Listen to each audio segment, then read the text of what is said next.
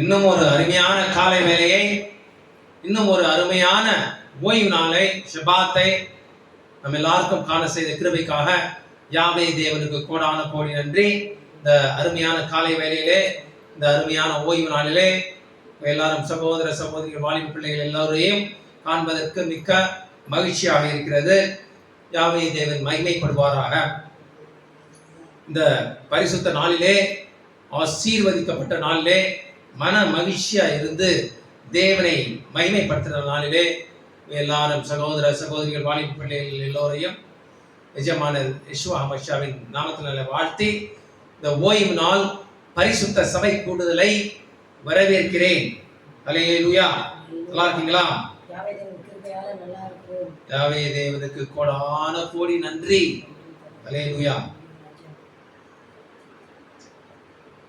இந்த ஷபாத்திலே நம் இன்னும் ஒரு அருமையான மிக முக்கியமான அடிப்படையான தலைப்பை குறித்து பார்க்க போகிறோம். இதுதான் பரலோக ராஜ்யத்துக்கு செல்வதற்கான முதல் தகுதி. அது என்னவா இருக்குன்னு நினைக்கிறீங்க?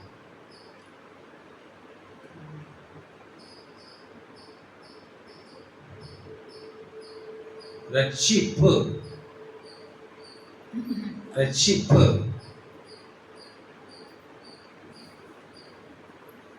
என்றால் என்ன? அதோட முதல் பாகத்தை தான் இன்னைக்கு பார்க்க போறோம். 2 பாகமா இருக்குது. அடுத்த வாரம் 2வது பாகமா பார்க்கலாம். இல்லையா? ரட்சிப்பு என்றால் என்ன? Salvation. What is salvation? Just what is salvation? எப்பொழுது எப்படி ஒருவர் ரட்சிக்கப்படுகிறார்?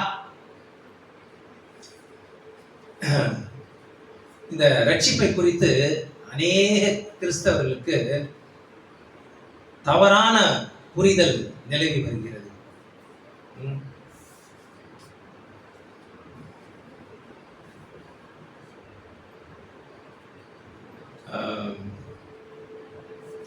ரட்சிக்க, அதாவது இப்படியாக வசனம் சொல்கிறது. ரோமர் 10:9. இல்லையா?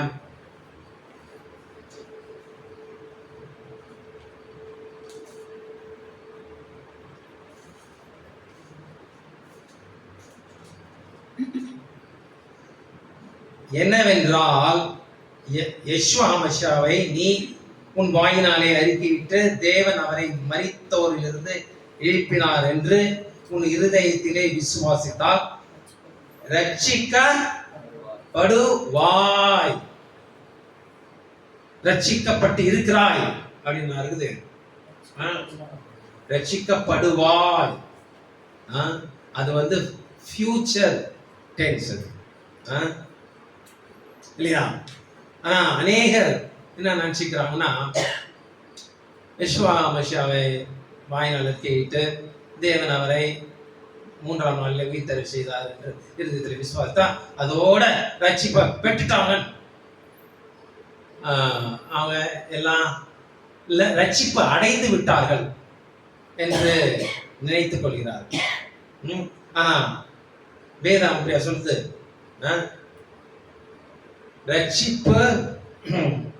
ரட்சிக்கப்படுவாய்.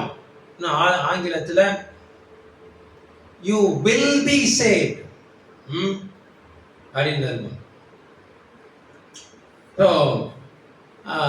அநேகர் தவறாக புரிந்து கொள்கிறார்கள் இந்த ரட்சிப்பை குறித்து.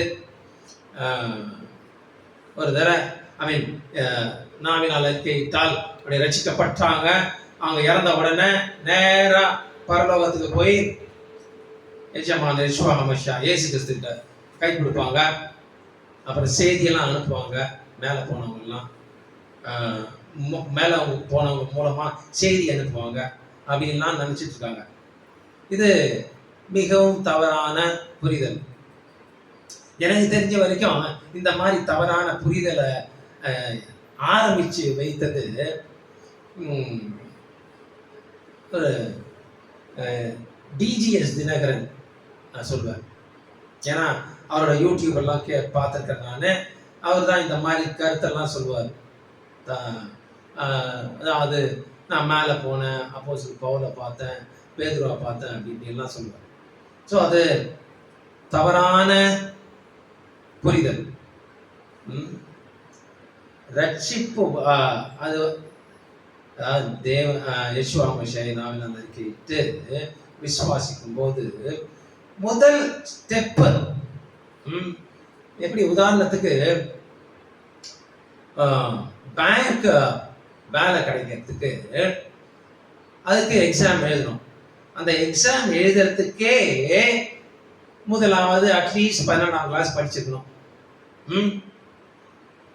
எப்படி பேங்க் வேலைக்கு எக்ஸாம் எழுதுறதுக்கு முதலாவது குவாலிஃபிகேஷனே 12ஆம் கிளாஸ் பாஸ் ஆகுது. 12ஆவது கிளாஸ் பாஸ் ஆனவங்க எல்லாம் பேங்க் ஜாப் கிடைச்சிருமா? கிடையாது. அதுதான் முதல் குவாலிஃபிகேஷன். அப்போ அதுக்கப்புறம் எக்ஸாம் எழுதணும், அதுக்கப்புறம் இன்டர்வியூ இருக்குது, அதுக்கப்புறம் செலெக்ஷன் இருக்குது, அதுக்கப்புறம் அந்த செலெக்ஷனில் ஒரு கொஞ்சம் சில பேர் செலக்ட் பண்ணுவாங்க வேலைக்காக. ஸோ எவ்வளோ ப்ராசஸ் இருக்குது. அதே மாதிரி தான் ரட்சிப்பும் ஒரு ப்ராசஸ். ரட்சிப்பு இங்கே தான் ஆரம்பிக்குது. எங்க நாவினால் அறிக்கையிட்டு தேவனாலே 3ஆம் நாளே உயிர் செய்தார் என்ற அந்த ப்ராசஸ், ரட்சிப்பின் ப்ராசஸே இங்கே தான் ஆரம்பமே ஆகுது. ஆனா அநேகரோட புரிதல் என்னவா இருக்குது, ரட்சிப்பை பெற்றுட்டாங்க. அது தவறான புரிதல். வேதத்தின்படி ரட்சிப்பு என்றால் என்ன என்று நம்ம இந்த ஓய்வு நாளிலே பார்க்கலாம். ஏனென்றால் நாம் எல்லாவற்றையும் சோதித்து அறிந்து நலமானதை பிடித்து கொள்ள வேண்டும். எதை வைத்து சோதித்து பார்க்கணும்? நம்ம வேதத்தை வைத்து தான் நம்ம சோதித்து பார்க்கணும் ஒழிய மனுஷர்கள் சொல்றதை வைத்து மனுஷர்கள் எல்லாம் இப்படிதான் நினச்சிக்கிறாங்க, நம்மளும் அப்படியே நினச்சிப்போம் அப்படின்ற மாதிரி, அதெல்லாம் அது மாதிரிலாம் தவறாக நினைச்சா அது தேவனோட ராஜ்யத்துல போய் சேர முடியாது. அல்லேலூயா. ஸோ ரட்சிப்பு என்றால் என்ன, அதோட முதல் பாகத்தை இந்த ஓய்வு நாளிலே பார்க்கலாம். பர மண்டலங்களில் இருக்கிற எங்கள் நல்ல பிதாவே, உடைய நாமம் மகிமைப்படுவதாக, உடைய ராஜ்யம் வருவதாக, உடைய சித்தம் பர மண்டலங்களில் செய்யப்படுவது போல பூமியிலும் செய்யப்படுவதாக. இதோ இந்த அருமையான ஓய்வு நாளுக்கான கோடான கோடி நன்றி. இந்த ஓய்வு நாளுக்கான வார்த்தையை பகிரும்படியாக அடியேனுக்கு ஒரு வாய்ப்பை தந்தமைக்காக கோடான கோடி நன்றி. நான் அல்ல, என் அறிவு அல்ல, என் ஞானம் அல்ல, என் பலன் அல்ல, என்னால் ஒன்றுமே கூடாது, எல்லாமே உம்மால் கூடும். என்னுடைய பலவீனத்தில் உம்முடைய பலன் பரிபூர்ணமாகட்டும். என்னை தரை மட்டுமாக தாழ்த்தி உடைய பாதத்திலே என்னை சமர்ப்பிக்கிறேன். நீர் மாத்திரமே என் சிந்தனை, சொற்கள், செயல்கள், பார்வைகள், நடத்தைகள் யாவையும் ஆட்கொண்டு ஆளுகை செய்து என்னை மேலும் பரிசுத்தப்படுத்துவீராக. என்னை ஒரு கருவியாக எடுத்து முழுவதுமாக முற்றிலுமாக பயன்படுத்துவீராக. உடைய வார்த்தையை கேட்கிறவர்கள் மனதிலும் இருதயத்திலும் நன்றாக பதிந்து அவைகள் 30 மடங்காகவும் 60 மடங்காகவும் 100 மடங்காகவும் கிரியை செய்யும்படியாக நிஜமான யெஷுவா மஷியாவின் நாமத்தினாலே வேண்டிக் கொள்கிறேன் என் அன்புள்ள நல்ல பிதாவே. ஆமென். அல்லேலூயா.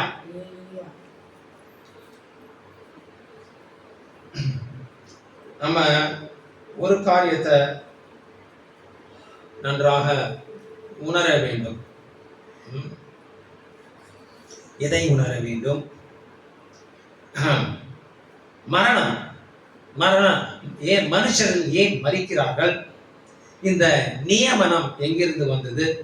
இதுக்கு என்ன காரணம்?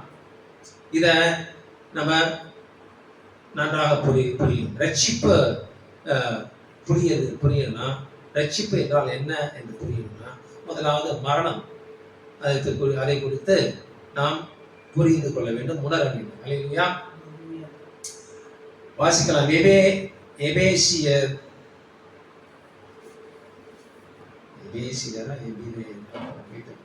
அல்லேலூயா. எபிரேயர் 9:27. அன்றியும் ஒரே தரம் மரிப்பதும் பின்பு நியாய தீர்ப்படைவதும் மனுஷருக்கு நியமிக்கப்பட்டிருக்கிறது. ஒரே தரம் மரிப்பதும் பின்பு நியாய தீர்ப்படைவதும் மனுஷருக்கு நியமிக்கப்பட்டிருக்கிறது. ஹல்லேலூயா.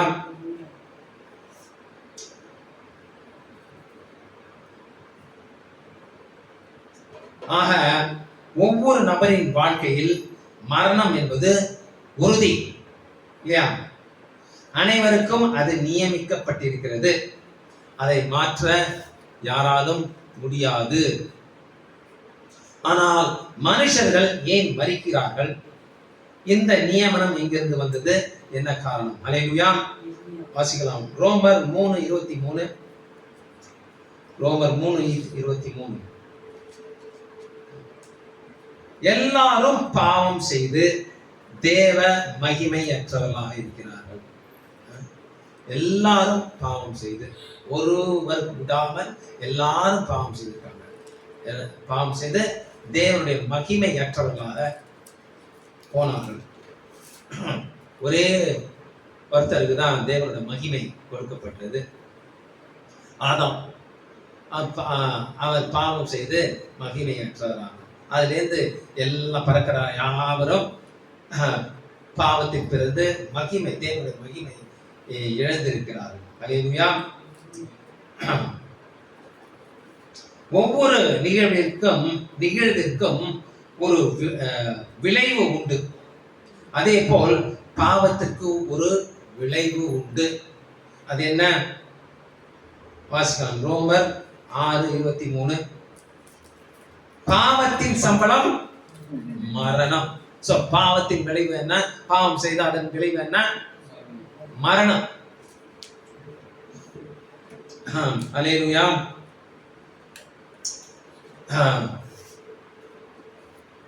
ஆக பாவம் மரணத்தை உண்டாக்கும். எல்லோரும் பாவம் செய்ததால் அனைவரும் இறுதியில் மரணத்தை எதிர்கொள்வார்கள்.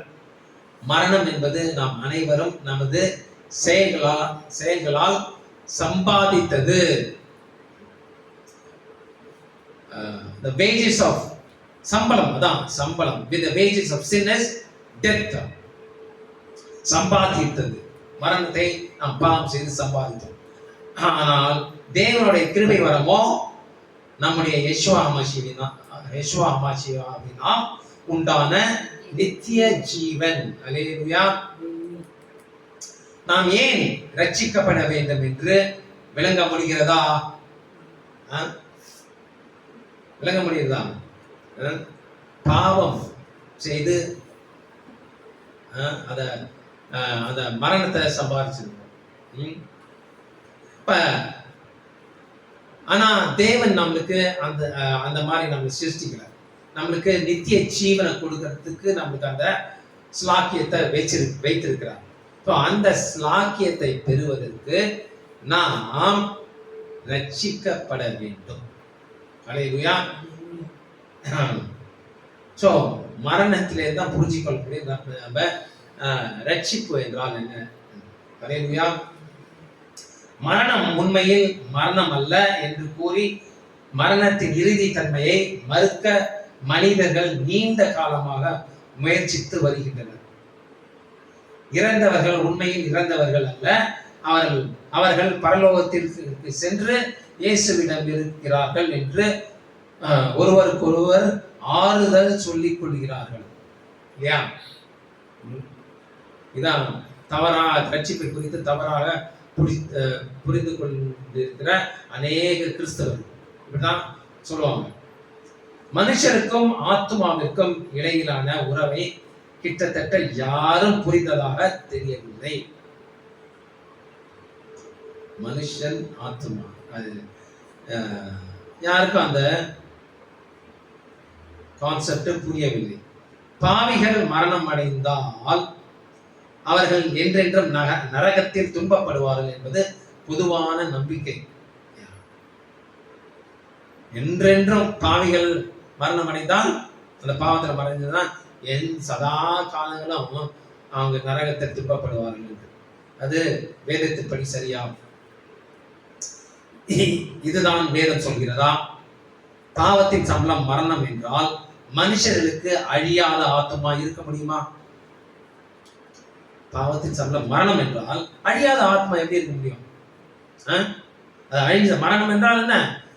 அது அவ்வளவுதான், மறிச்சிடுது, அது இல்லாமல் போயிடுதுன்னு அர்த்தம். அப்புறம் எப்படி அது நரகத்துல சதா காலங்களும் துன்பப்பட முடியும்? பாவம் செய்து அதே நிலையில் மரித்தால் ஆத்மா என்றென்றும் மரித்து போகும். ஆத்மா என்றென்றும் மரித்து போகும். மாறாக பாவம் செய்த பிறகு முடிவு பரிந்த வரை நிலைத்து ரட்சிக்கப்பட்டால் ஆத்மா நித்திய ஜீவனை அடையும். இந்த வார்த்தையெல்லாம் கரெக்டா கவனிக்கணும். முடிவு பரிதம் வரை நிலைத்து ரட்சிக்கப்படுறது ஒரு டைம். அது இப்படி பிளிங்கிங் ஆஃப், அதாவது சடுதியில் நடக்கும் அந்த ரட்சிப்பு. அதான் ரட்சிப்பு. அதான் ஐ அம் சேவ்ட், நான் ரட்சிக்கப்பட்டிருக்கிறேன். அது இப்படி நடக்கும். இப்ப ரட்சிப்பு, அந்த ரட்சிப்பை பெறுறது, அந்த ரட்சிப்பு கிடைக்கிறதுக்கு ஸ்டெப், நிறைய ஸ்டெப்ஸ்ல நான் கடந்து. It's a process. அல்லேலூயா. ஆக ஒன்று ஆத்மா மரணம் அடையும், அல்லது ஆத்மா நித்திய ஜீவன் அடையும். வாசிக்கலாம் ஆதியாகமம் 2:7. ஆதியாகமம் 2:7. தேவனாகிய யாவே தேவன் மனுஷனை பூமியின் மண்ணினாலே உருவாக்கி ஜீவ விசுவாசத்தை அவன் நாசியிலே ஊதினார், மனுஷன் ஜீவ ஆத்மாவானான். மனுஷனுக்கும் ஆத்மாவுக்கும் உள்ள வித்தியாசம் இந்த வித்தியாசம் இல்லை. மனுஷன் என்ன, ஆத்மா என்றால் என்னன்ற அர்த்தம்னா இங்க இந்த வசனத்துல நம்ம புரிஞ்சு கொள்ளலாம். இந்த வசனம் மனுஷருக்கு ஆத்மா இருப்பதாக கூறவில்லை. மனுஷருக்கு ஆத்மா இருப்பதாக கூறுதா இது? அவன் நாசியிலே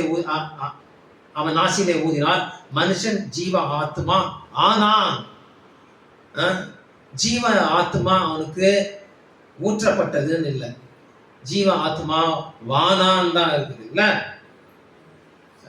கரெக்டா? அதாவது வசனத்தை நம்ம தெளிவா புரிஞ்சுக்கணும், ஆழமா புரிஞ்சுக்கணும். இந்த வசனம் மனுஷனுக்கு ஆத்மா இருப்பதாக கூறவில்லை, மாறாக மனுஷன் என்கிறவன் ஆத்மாதான். மனுஷனான ஆத்மாதான். நீ ஒரு ஆத்மா, நீ ஒரு ஆத்மா, நீ ஒரு ஆத்மா. மனுஷன் என்றாலே ஆத்மாதான். ஆத்மா அவனுக்குள் இருக்கிறது இல்லை, அவன் தான் ஆத்மா. அல்லேலூயா.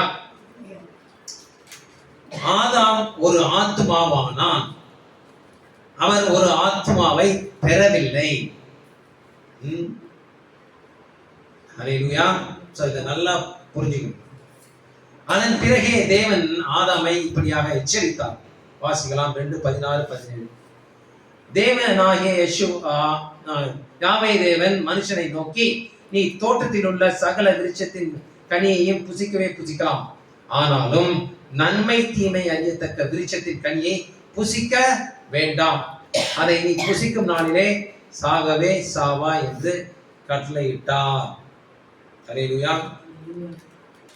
இந்த வசனங்கள் மூலம் மனுஷன் ஆத்மாவென்றும் ஆத்மா இறக்கக்கூடும் என்றும் உறுதிப்படுத்துகிறது. இல்லையா? ஆத்மா இறக்கக்கூடும், பட் ஆத்மா என்னவென்று தெரியாதவங்க எல்லாம் அநேகர், அது இந்துவா இருந்தாலும் சரி, முஸ்லிமா இருந்தாலும் கிறிஸ்தவ இருந்தாலும் சரி, ஆத்மா என்றென்றைக்கும் அது ஜீவிக்கும் இருக்கும் என்று ஒரு தவறான கருத்து அநேகரிடையே நினைவு வருகிறது. ஆனால் இதுல என்ன போட்டிருக்குது? ஆத்மா இறக்கக்கூடும்.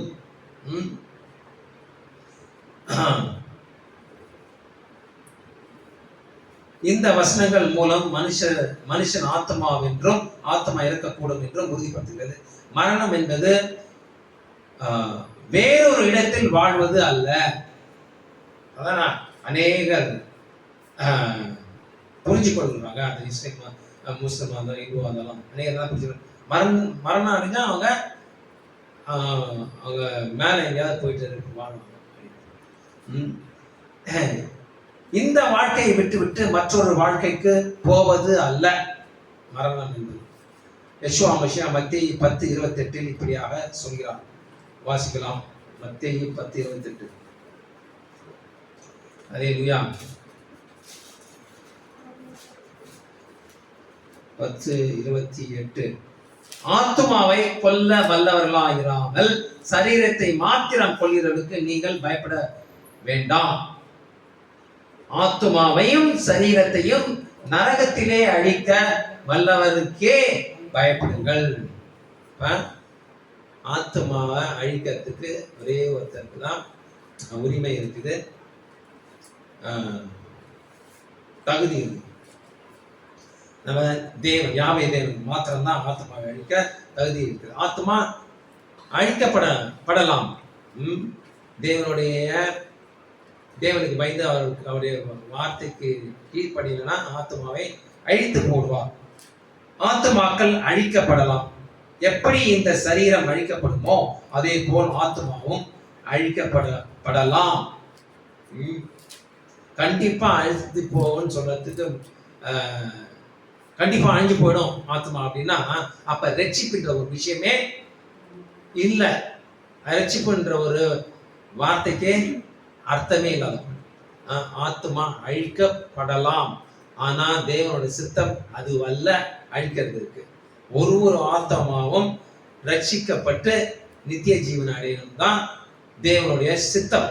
அல்லேலூயா.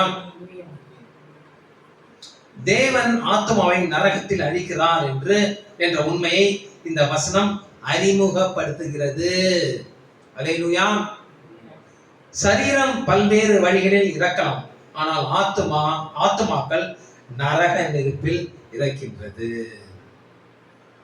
சரீரமானது ஆக்சிடென்ட்ல இறக்கும், நோய் வாய்ப்பட்டு இறக்கும், எப்படியோ எந்த நிறைய வகையில இறந்து போயிடும். ஹார்ட் அட்டாக் வந்து இறக்கும். ஆனா ஆத்மா வந்து நரக அக்கினியில தான் அது இறக்கிறது. அல்லேலூயா. மல்கியா 4:1-3 வாசிக்கணும். மல்கியா 4:1-3. இதோ சூளையை போல் எரிகிற நாள் வரும், அப்பொழுது அகங்காரிகள் யாவரும் அக்கிரம் செய்கிற யாவரும் துரும்பாயிருப்பார்கள்.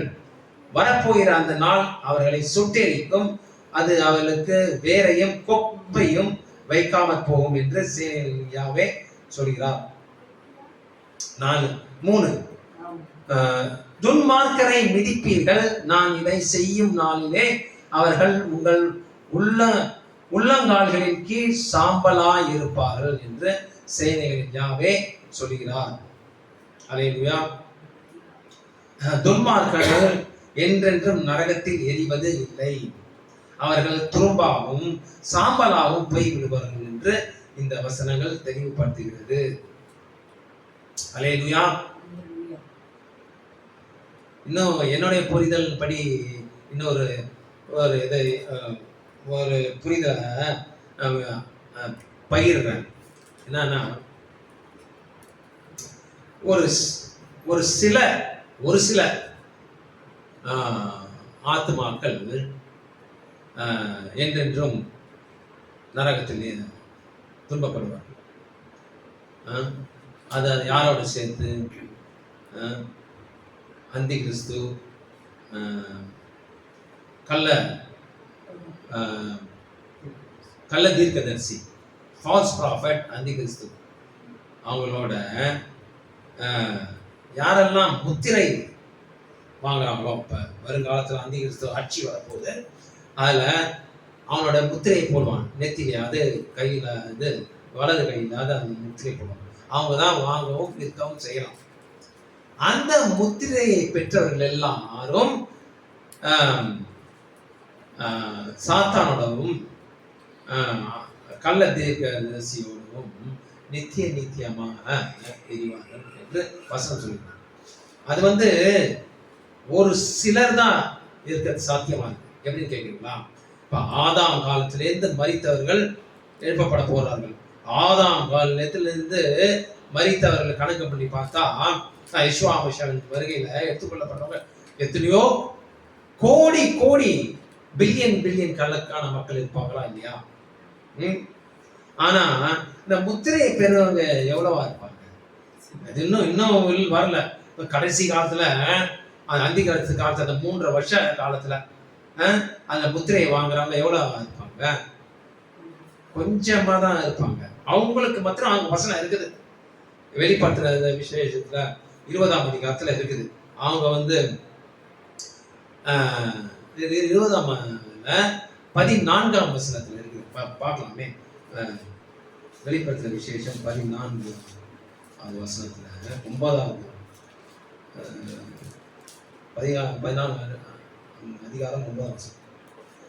அவர்களுக்கு பின்னே 3ஆம் தூதன் மிகுந்த சத்தமிட்டு மிருகத்தையும் அதன் சொரூபத்தையும் வணங்கி தன் நெற்றியிலாவது தன் கையிலாவது அதன் முத்திரையை தரித்துக் கொள்கிறவன் எவனோ அவன் தேவனுடைய கோபாக்கினியாகிய பாத்திரத்திலே கலப்பில்லாமல் வார்க்கப்பட்ட அவருடைய உக்கிரமாகிய மதுவை குடித்து பரிசுத்த தூதருக்கு முன்பாகவும் ஆட்டுக்குட்டியானவருக்கு முன்பாகவும் அக்கினினாலும் கந்தகத்தினாலும் பாதிக்கப்படுவான். அவருடைய வாதையின் புகை சதா காலங்களில் எழும்பும். மிருகத்தையும் அதன் சொரூபத்தையும் வணங்குகிறவனும் அதனுடைய நாமத்தின் முத்திரையை தரித்துக் கொள்கிறவன் எவனும் இரவும் பகலும் இளைப்பாறுதல் இராது. இரவு பகலும் இளைப்பாறுதல் இராது அப்படின்னு சொல்லிட்டு யாருக்கு? மிருகத்தின் சொரூபத்தையும் அதோட அடையாளத்தை முத்திரை நெற்றியிலும் கையிலும் வாங்கினவங்க அவங்க இரவு பகலும் அக்கினியில பாதிக்கப்படுவார்கள் என்று போட்டிருக்கு. இவங்க ஒரேடியா சாம்பல் ஆயிடுவாங்கன்னு சொல்லிட்டு போடல. ஸோ இந்த ஒரு சிறு கூட்டம் இது எனக்கு வெளிப்படுத்துறது வேதத்தின் படிதான். அதை உங்களுக்கு பகிர்ந்துருக்கேன். கரெக்டா? அதாவது முத்திரை வாங்கின ஒரு சிலர் ரொம்ப வெகு சிலர். ஏன்னா அந்த 3 வருஷத்துல எத்தனை பேர் வாங்கியிருப்பாங்க? ஒரு 10 லட்சம் பேர் வாங்கியிருக்கலாம், அவ்வளவுதான். ஆனா நீ கணக்கு எடுத்து பார்த்தீங்கன்னா எத்தனையோ பில்லியன் மக்கள் இருக்காங்க இல்லையா? அல்லேலூயா. இந்த ஒரு புரிதலும் தேவன் வெளிப்படுத்துகிறார். அல்லேலூயா. சரி,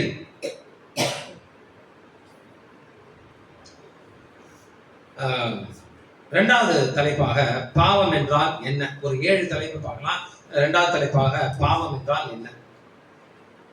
ரட்சிப்பை புரிந்து கொள்ள இதெல்லாம் தெரிஞ்சு, மரணம், பாவம் என்றால் என்ன, இதெல்லாம் நம்ம தெரிஞ்சாதான் நம்மளுக்கு ரட்சிப்பு என்னவென்று நம்ம தெளிவாக விளங்கிக் கொள்ள முடியும். பாவத்தின் சம்பளம் மரணம் என்று பார்த்தோம் இல்லையா? சரி, பாவம் என்றால் என்ன? 1 யோவான் 3:4 படி பாவம் செய்கிற எவனும் நியாயப்பிரமாணத்தை மீறுகிறான். நியாயப்பிரமாணத்தை மீறுகிறதே பாவம் என்று அந்த டெஃபினிஷன் 1 யோவான் 3:4 இருக்குது இல்லையா? பாவம் என்பது நியாயப்பிரமாணத்தை மீறுவதாகும். இதற்கு நேர் மாறானது நியாயப்பிரமாணத்தை கீழ்ப்படிவதாகும் இல்லையா? மீறுவது நேர் ஆப்போசிட் என்ன? கீழ்ப்படிவது இல்லையா? கீழ்ப்படிவது ஆகும். வாசிக்கலாம். 2 யோவான் 1:6. அல்லேலூயா. 2 யோவான் 1:6 வாசிக்கணும்.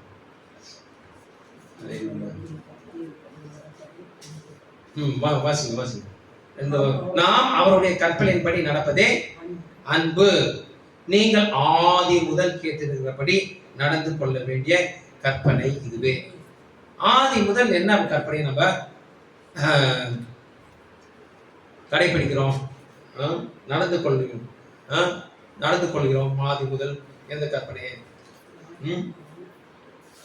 அது உபாகம் 4:13 இருக்கு. நீங்கள் கை கொள்ள வேண்டும் என்று அவர் உங்களுக்கு கட்டளையிட்ட 10 கற்பனைகளாகிய தம்முடைய உடன்படிக்கையை அவர் உங்களுக்கு அறிவித்து அவைகளை 2 கற்பனைகளை எழுதினார். ஆதி முதல் 10 கற்பனைகளை தான் கடைபிடித்து தான் நித்திய உடன்படிக்கை. இந்த 10 கற்பனைகள் தான் நித்திய உடன்படிக்கை. இதைதான் கடைபிடிக்க வேண்டும் என்று எங்க சொல்லப்பட்டிருக்குது? கடைசியில 1 யோவான்ல சொல்லப்படுகிறது. இந்த கற்பனையை கடைபிடிக்கணும் அப்படின்னு சொல்லிட்டு. ஏன் கடைபிடிக்கணும்? ஏன்னா தேவன் அன்பு செய்யணும்னா கற்பனை கடைபிடிக்கணும். அல்லேலூயா. அந்த கற்பனையை கடைபிடிக்கலன்னா அன்பு செய்யலன்னு அர்த்தம். அவருடைய கற்பனைகளை மீறுகிறோம்னு அர்த்தம். மீறினால் பாவத்தின் சம்பளம் மரணம். அல்லேலூயா. தெளிவா புரிஞ்சுக்கணும். அல்லேலூயா.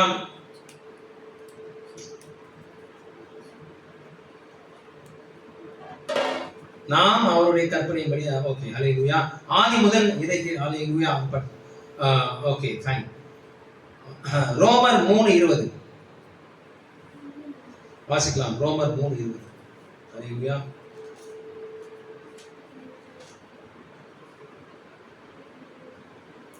இப்படி இருக்க பாவத்தை அறிகிற அறிவு நியாய பிரமாணத்தினால் வருகிறபடியால் எந்த மனுஷனும் நியாய பிரமாணத்தின் கிரியையினாலே தேவனுக்கு முன்பாக நீதிமானாக்கப்படுவதில்லை. அல்லேலூயா. இப்படி இருக்க பாவத்தை அறிகிற அறிவு நியாய பிரமாணத்தினால் வருகிறபடியால். அல்லேலூயா. நியாய பிரமாணத்தின் முழு நோக்கமும் சரி எது தவறு எது என்பதை சுட்டி காட்டவும் மற்றும் எது நீதி எது பாவம் என்று அறியவும் தான். எதுக்கு 10 கற்பனைகள்? எது சரி எது உண்மை என்று தெரிஞ்சுக்கிறது. எது நீதி எது அநீதி என்று எப்படி தெரியும்? 10 கற்பனையின் படி தான் நம்ம தெரிஞ்சுக்க முடியும். அல்லேலூயா. இதற்கு தான் அப்போஸ்தலர் பவுல் ரோமர் 7:7 இப்படியாக சொல்கிறார். ரோமர் 7:7 இப்படியாக சொல்கிறார். ஆகையால் என்ன சொல்லுவோம்? நியாயப்பிரமாணம் பாவமோ? எல்லாம் நியாயப்பிரமாணம் பாவம். அது அது கர்ஸ்னா என்ன சொல்றது? சபிக்கப்பட்டது நியாயப்பிரமாணம் சொல்றது. ஆனா பாவம் அது அல்லவே. பாவம் இன்னதென்று நியாயப்பிரமாணத்தினால் நான் அறிந்தேனே அன்றி மற்றபடி அறியவில்லை. இச்சையாதிருப்பாயாக என்று நியாயப்பிரமாணம் சொல்லாதிருந்தால் இச்சை பாவம் என்று நான் அறியாமல் இருப்பேன். இப்ப புரியுதா? ஏன் அது நித்திய உடன்படிக்கையா வச்சிருக்கிறாரு தேவன். இந்த 10 கற்பனைகளை நித்திய உடன்படிக்கையா வைத்திருக்கிறார். அந்த கற்பனையை கொடுக்கிறதுக்கு தேவனே யாவே தேவனே எங்க பரலோகத்தை விட்டு இந்த பூலோகத்துல சீனாய் மலையில இறங்கினார். வேற எங்கேயாவது வேற எப்பயாவது இறங்கினாரா? டைரக்டா அவர் இறங்கி அவர் வார்த்தையால பேசினார். அந்த 10 கற்பனையும் எழுதினார். பரலோகத்திலிருந்து விட்டு அப்ப அது எவ்வளவு அது நித்திய உடன்படிக்கை. அந்த உடன்படிக்கையை கொடுப்பதற்கு முன்னரே சொல்லிவிட்டாரு. இதை கடைபிடிச்சாதான் நம்ம ஆசாரியங்களும் லேவியர்களும் இருப்போம் என்று. ஸோ அவ்வளவு முக்கியம் நித்திய உடன்படிக்கை. 1000 வருட அரசாட்சியில் கடைபிடிக்கப்படும். புதிய வானம் புதிய பூமியில கடைபிடிக்கப்படுமா அப்படின்னு அது வேதத்தில் சொல்லப்படல. ஆனா அட்லீஸ்ட் குறைந்தபட்சம் 1000 வருட அரசாட்சியில கூட அது 10 கற்பனைகள் கடைபிடிக்கப்படும். அல்லேலூயா. தேவனுடைய கற்பனைகளை பற்றிய சரியான அறிவின் மூலம் பாவம் என்றால் என்ன என்பதை அப்போஸ்தலர் பவுல் உணர்ந்தார் இல்லையா? இச்சை பாவம் என்று அந்த 10 கற்பனையில தான் 10வது கற்பனை அவருக்கு உணர்த்தியது இச்சை பாவம் என்று. மனித இயல்பான சுபாவம் எப்படிப்பட்டதா இருக்கிறது என்று எரேமியா 17:9 சொல்கிறது. மனித சுபாவம் எப்படிப்பட்டதா இருக்கலாம்? எல்லாவற்றை பார்க்கிலும் இருதயமே திருக்குள்ளதும் மகா கேடு உள்ளதுமா இருக்கிறது. சொல்லலாமா? இப்ப இருதயமே திருக்குள்ளதும் மகா கேடு உள்ளதுமா. நான் கண்டிப்பா சொல்லுவேன். ஏன்னா என்னோட என்கிட்ட நான்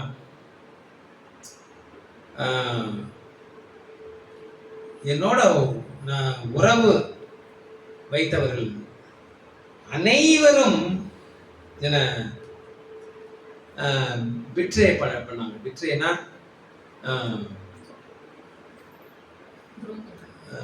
துரோகம் செய்தார். ஒருத்தர் கூட ஒருத்தர் விடாம கூட கடைசியா அந்த பெங்களூர்ல ஒரு ஆளு அவன் கூட எனக்கு துரோகம் பண்ணான். ஸோ அந்த இருதயத்தெல்லாம் நான் முதலே தெரிஞ்சேன்னா சொல்லிதான் இருப்பேன். எனக்கு சந்தேகம் இருந்துதான் இருந்தாலும் மன்னிக்கணும் சொல்றாருல, ஒருவனை 70 முறை மன்னிக்க வேண்டும், அவரை வழி நடத்த வேண்டும் என்று தேவன் சொல்றார். அதன்படிதான் செய்தேன்.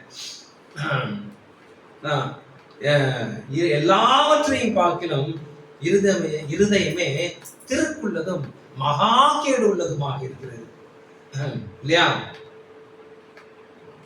எரேமியா தீர்க்கதரிசி இதை நன்கு அறிந்திருக்கிறார். இதனால்தான் அப்போஸ்தலர் பவுல் ரோமர் 8:7 இப்படியாக சொல்கிறார். ரோமர் 8:7 எப்படி என்றால், மாம்ச சிந்தை தேவனுக்கு விரோதமான பகை. திருக்குள்ளதும் கேடு உள்ளதுமா இருந்தா தேவனுக்கு என்ன அன்பா செலுத்த முடியும்? மாம்ச சிந்தை தேவனுக்கு விரோதமான பகை. அது தேவனுடைய நியாய பிரமாணத்துக்கு கீழ்ப்படியாமலும் கீழ்ப்படிய கூடாமலும் இருக்கிறது.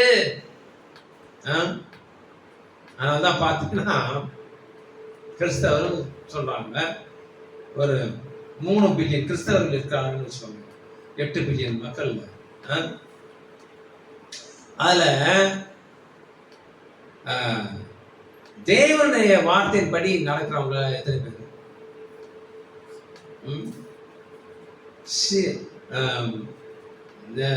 ஜீவனுக்கு போற வழியை கண்டுபிடிப்பவர்கள் வெகு சிலரா தான் இருக்கிறாங்க.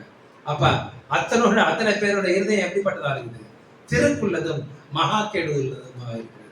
அதுதான் யாவே தேவன் சொல்றாங்க, இஸ்ரவேலுக்கு வனாந்திரத்தில் நடத்தி வரும்பொழுது கடின கழுத்து உள்ளவர்கள் அப்படின்ட்டு வாசிக்கலாம். ரோமர் 4:15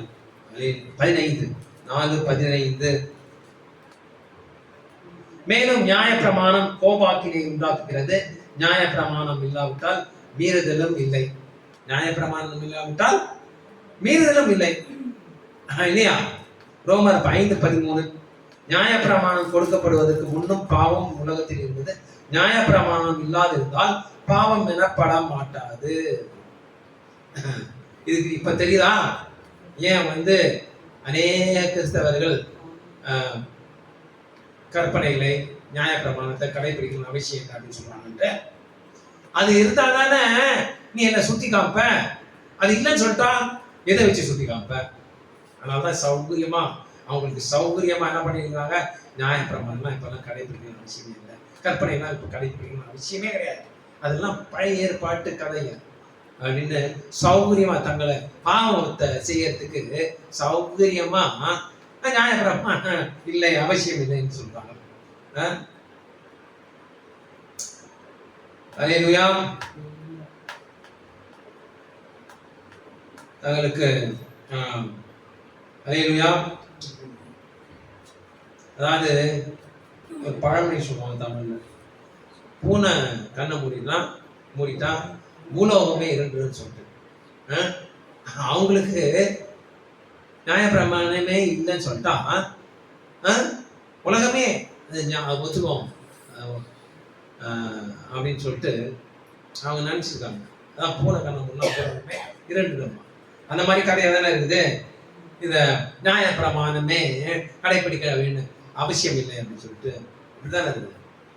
தேவனுடைய நியாயப்பிரமாணம் அழிந்து விட்டது என்று எந்த வஞ்சகனும் சொல்ல கேட்காதீர்கள்.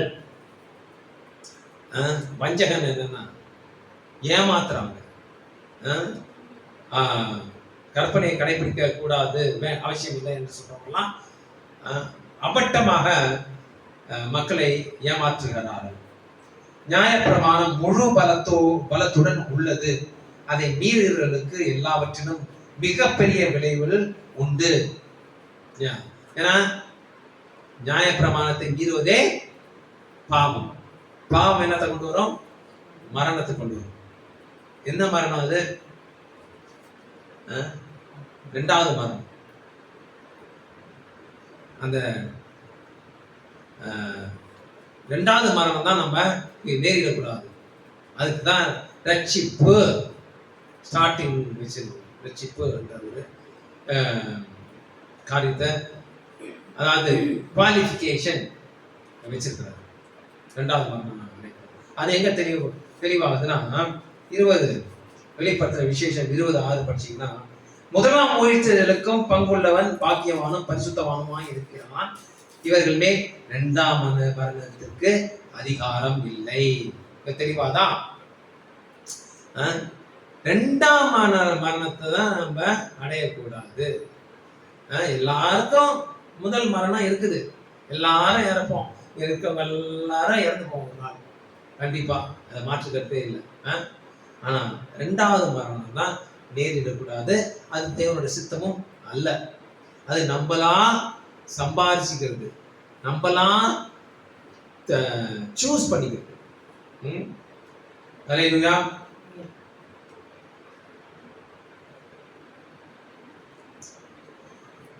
ஸோ நியாயப்பிரமாணம் இல்லை என்று சொன்னா அதை வஞ்சிக்கிறாங்கன்னு அர்த்தம். அதை கேட்கப்படாது. மூன்றாவது தலைப்பாக ரட்சிப்பு ஒரு கிருபை, ஒரு ஈவு. சிலர் ரட்சிப்பை சுயக்கிரியைகளால் சம்பாதிக்க முடியும் என்று நம்புகிறார்கள். சுய 4 பேருக்கு உதவி செய்தா அதுதான் ரட்சிப்பு, சொந்த கிரியையினால ரட்சிப்பை பெறலாம்னு சொல்லிட்டு நம்புகிறாங்க. ஆனால் வேதம் என்ன சொல்கிறது? ரோமர் 6:23. அல்லேலூயா. தேவனுடைய கிருபை வரமோ எஜமானேஸ்வர் பாவத்தை தேவனுடைய கிருபை வரமோ நம்முடைய யெஷுவா மசியாவினால் உண்டான நித்திய ஜீவன். யெஷுவா மசியாவினால் தான் கிருபை, நம்மளுக்கு ரட்சிப்பு. நம்ம சம்பாதிக்க முடியாது, பாவத்தை மட்டும்தான் சம்பாதிக்கலாம். நித்திய ஜீவன் ஒரு ஈவு, ஒரு கிருபை. நம்ம ஒண்ணுதான் சம்பாதிக்க முடியலாம், பாவத்தை மட்டும்தான் சம்பாதிக்கலாம். ஆனா நித்திய ஜீவனை சம்பாதிக்க முடியாது, அது ஒரு கிருபை. ஏன்னா நம்மளுடைய ஸ்டாண்டர்டுக்கும் தேவனுடைய ஸ்டாண்டர்டுக்கும் வச்சு பார்த்தா நம்ம எல்லாருக்கும் மரண தண்டனை தான் கிடைக்கணும் இல்லையா? நம்மளுக்கும் யெஷுவா மசியாவுக்கும் ஒப்பிட்டு பாருங்க. அவர் பாவமே அறியாது, அவர் உலகத்துல மனுஷனா வந்து ஜீவிச்சாரு, ஜீவித்து காட்டினார். ஒரு பொட்டு கூட பாவமே இல்லாதவரா வாழ்ந்தாரா இல்லையா? சோ அவரோட ஸ்டாண்டர்ட் படி நம்மளை ஒப்பிட்டு பார்த்தா நம்மளுக்கு எல்லாம் கண்டிப்பா மரண தண்டனை தானே. ஆனா நம்மளுக்கு கிருபையினால சரி போ பழிச்சு போ, இனி பாவம் செய்யாத அப்படின்னு சொல்லிட்டு கிருபை தந்திருக்கிறார். அல்லேலூயா. அது ஒரு ஈவு. அதை நம்ம என்னதான் தலைகளை நின்று நம்ம அன்னதானம் கொடுத்தாலும் நம்ம ரட்சிப்பை சம்பாதிக்க முடியாது. மரணத்தை மாத்திரம்தான் சம்பாதிக்கலாம். 10 கற்பனைக்கு மீறினால் பாவம் செய்து மரணத்தை சம்பாதிக்கும். தவறாக புரிந்து கொள்ளாதீர்கள், நித்திய ஜீவனை அடைய நம்மால் எதுவும் செய்ய முடியாது. அது தேவனால் கொடுக்கப்படுகிற ஒரு ஈவு, ஒரு கிருபை. அல்லேலூயா. சோ ரட்சிப்பு ஒரு கிருபை. 4வது தலைப்பாக பாவத்தின் நிமித்தம் தேவனின் உறவு துண்டிக்கப்படுதல். பாவம் செய்தா தேவனோட உறவுல இருந்து நம்ம துண்டிக்கப்பட்டிருக்கோம். நம்மளுக்கும் தேவனுக்கும் சம்பந்தமே இல்லை, உறவே இல்லாம போயிடும். அதனால்தான் யெஷுவா மசியா சிலுவையில் அறையப்பட்டபடும்போது பாவத்தெல்லாம் தேவன் வந்து இந்த உலகத்தோட பாவத்தெல்லாம் அவர் மேல சுமத்தி அவரை சிலுவையில் அறையப்படும் போது அவர் இப்படியாக கேட்கிறார், விஸ்வாமிஷன், இதாவே ஏன் என்னை கைவிட்டி?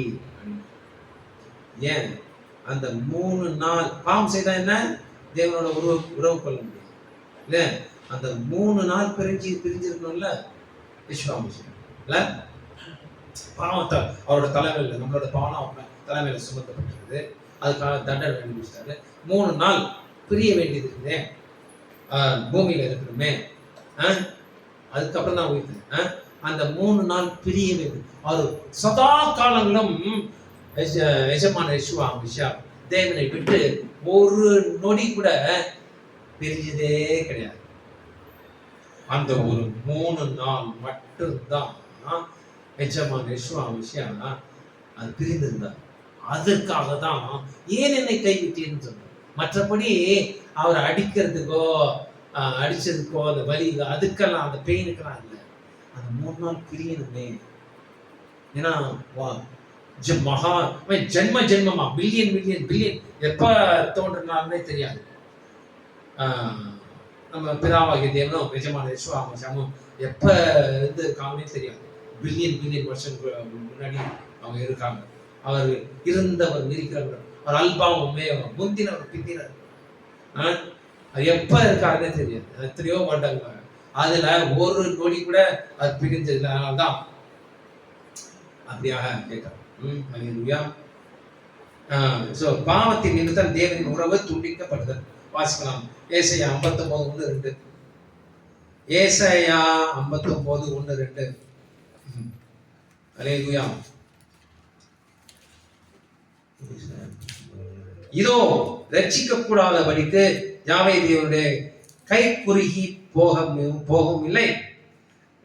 இதோ ரட்சிக்க கூடாதபடிக்கு யாவே தேவனுடைய கை குறுகி போகவும் இல்லை, கேட்கக்கூடாதபடிக்கு அவருடைய செவி மந்தமாகவும் இல்லை. ரட்சிப்ப அவர் கொடுக்க மாட்டேன்னு கண்டிப்பா சொல்லவும் மாட்டாரு. நம்ம ரட்சிப்பை கேட்டா அதை மறுக்கவும் மாட்டாரு. அல்லேலூயா. அல்லேலூயா. 1-2. உங்கள் அக்கிரமங்களே உங்களுக்கும் உங்கள் தேவனுக்கும் நடுவாக பிரிவினை உண்டாக்குறது. அதுதான் பாவத்தை சம்பாதிக்கலாம். நம்ம அக்கிரமம் செய்தா தேவனுக்கும் நமக்கும் பிரிவினை உண்டாகும். உங்கள் பாவங்களே அவர் உங்களுக்கு செவி கொடாதபடிக்கு அவருடைய முகத்தை உங்களுக்கு மறைக்கிறது. பாவத்தின் விளைவு பார்த்தீங்களா எவ்வளவு பெரிய விளைவா இருக்கு. நம்மளை உண்டாக்கினவர், நம்மளை சிருஷ்டித்தவர் தொடர்பு வைத்துக் கொள்ளவே முடியாது. அந்த தொடர்பு வைத்துக்கலாம்னு சொல்லிட்டு நம்மளுக்கு ஸ்லாக்கியம், பாக்கியம். ஆனா பாவம் செய்தா அவரோட தொடர்பை வைத்துக்க முடியாது, தொடர்பு துண்டிக்கப்படுகிறது. அல்லேலூயா. எப்படி எப்படி ஆதாம் ஏவாள் ஓட தொடர்பு துண்டிக்கப்பட்டதோ அதே போல பாவம் செய்து அவங்க பாவம் செய்த மாத்திரத்திலே அவங்க ஆவியினால மரித்து போனார்கள். சரீரத்துல ஜீவித்தாங்க 900 வருஷம், ஆனா ஆவியில மரித்து போனார்கள். தேவனோட உறவு துண்டிக்கப்பட்டது. அதுக்கப்புறம் அவங்க தேவன் அவர்கிட்ட பேசின மாதிரி வேதத்துல போடவே இல்லை. அல்லேலூயா. அவர் வழிநடத்தி இருப்பாரு. ஆனா அந்த எங்க இருக்கிற ஆதாம் என்ன செய்யற, டெய்லி காலையில வந்து பேசுறாருல, ஆனா அந்த உறவு போயிடுச்சு இல்ல பாவம் செய்த மாத்திரத்திலே. அல்லேலூயா. சோ பாவத்தின் விளைவு பாருங்க, எவ்வளவு பெரிய விளைவா இருக்கு பாருங்க. அல்லேலூயா. கடந்த காலம் மன்னிக்கப்பட்டு சுத்தப்படுத்தப்படாத பாவிக்கு தேவன் உண்மையில் அணுக முடியாது. அல்லேலூயா. பாவமா இருந்த பழைய பாவம் மன்னிக்கப்படலைன்னா தேவன்கிட்ட உறவு வைத்துக்கிறதுக்கே சாத்தியமே கிடையாது. அல்லேலூயா. பழைய பாவம் அறிக்கையிட்டு மன்னிக்கப்பட வேண்டும். அல்லேலூயா. வாசிக்கலாம் ஏசாயா 55:6-7. அல்லேலூயா. 55:6-7. அல்லேலூயா. யாவே தேவனை கண்டடையத்தக்க சமயத்தில் அவரை தேடுங்கள். ஒரு காலம் வரப்போது எஜமான விஸ்வாமிஷா வருகையில அப்புறம் அவரை தேடுறது முடிச்சு போயிடும். அதாவது அவர் இருக்கும் போதே கண்டடையத்தக்க சமயத்திலே அவரை தேடுங்கள். அப்புறம் என்னதான் நம்ம தலைக்கு இருந்தாலும் அவரை தேட முடியாது. அவர் சமீபமா இருக்கையில் அவரை நோக்கி கூப்பிடுங்கள். இப்ப எஜமான விஸ்வாமிஷா வருகை வரைக்கும் அவர் சமீபமா இருக்கிறார். நம்ம கூப்பிட்டா உடனே பதில் அளிக்கிறாரா இருக்கார். நம்ம பாவம் அறிக்கையிட்டா உடனே மன்னிக்கிறவரா இருக்கிறார். உடனே மன்னித்து ரட்சிப்பின் ஆரம்பத்தை கொடுக்கிறார். அவருடைய பரிசுத்த ஆவியை ஒரு சிறிதளவு கொடுக்கிறார். அல்லேலூயா.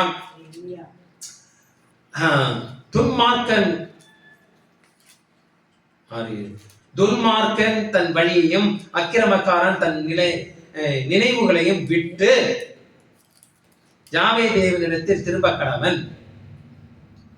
துன்மார்க்கன், ஒரு துன்மார்க்கன் கூட கெட்டு போவது அவருடைய சித்தம் இல்லை.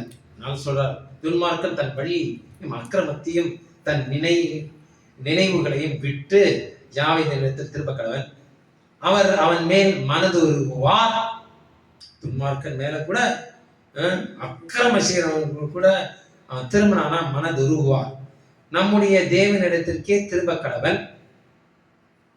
அவர் மன்னிக்கிறதற்கு தயை பெருத்திருக்கிறார். அல்லேலூயா. அவருடைய தயை பெருமளவு இருக்கிறது. அல்லேலூயா. வா, என்ன மாதிரி ஒரு அன்பான தேவன் இல்ல.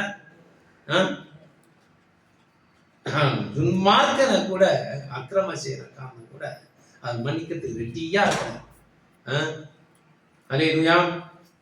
இதைத்தான் நீதிமொழிகள் 28:13 சொல்கிறது. தன் பாவத்தை மறைக்கிறவன் வாழ்வடைய மாட்டான். தன் பாவத்தை அறிக்கையிட்டு அதை விட்டு விடுகிறவனோ இரக்கம் பெறுவான். அல்லேலூயா. இதேதான் 1 யோவான் 1:9 கூட சொல்லுகிறது. 1 யோவான் 1:9 நம்முடைய பாவங்களை நாம் அறிக்கையிட்டால் பாவங்களை நமக்கு மன்னித்து எல்லா அநியாயத்தையும் நீக்கி நம்மை சுத்திகரிப்பதற்கு அவர் உண்மையும் நீதியும் உள்ளவராய் இருக்கிறார். அல்லேலூயா. எத்தனை வசனங்கள். அல்லேலூயா. ரட்சிப்பு என்பது தேவனின் கிருபை. இப்ப கிருபை என்றால் என்ன?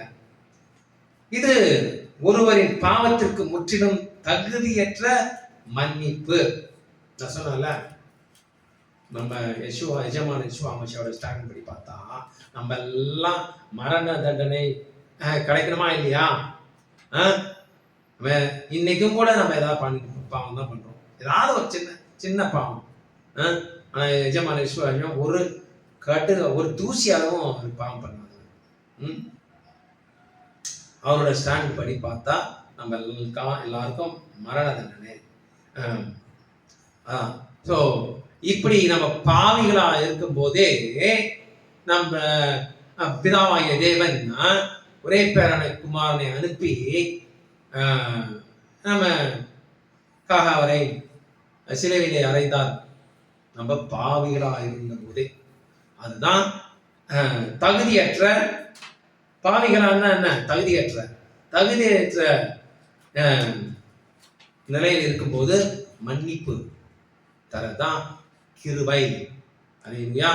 தகுதியே இல்லை நமக்கு, ஆனா மன்னிப்பு தர, அதான் கிருபை, அதான் கிரேஸ், அதான் இரக்கம். அல்லேலூயா. மனம் திரும்பிய பாவியின் கடந்த காலத்தை மறைக்க யெஷுவா மசியாவின் இரத்தத்தை பயன்படுத்த தேவன் தலையிடாவிட்டால் ரட்சிப்பு இருக்க முடியாது. மனம் திரும்பிய பாவின் கடந்த காலத்தை மறைக்க யெஷுவா மசியாவின் இரத்தத்தை பயன்படுத்த தேவன் தலையிடாவிட்டால் ரட்சிப்பு இருக்கவே முடியாது. இல்லையா? எஜமான யெஷுவா மசியா தன்னுடைய ரத்தத்தை சிந்தலனா ரட்சிப்புன்ற விஷயமே கிடையாது. வாசிக்கலாம். எபேசியர் 1:5-7. எபேசியர் 1:5-7.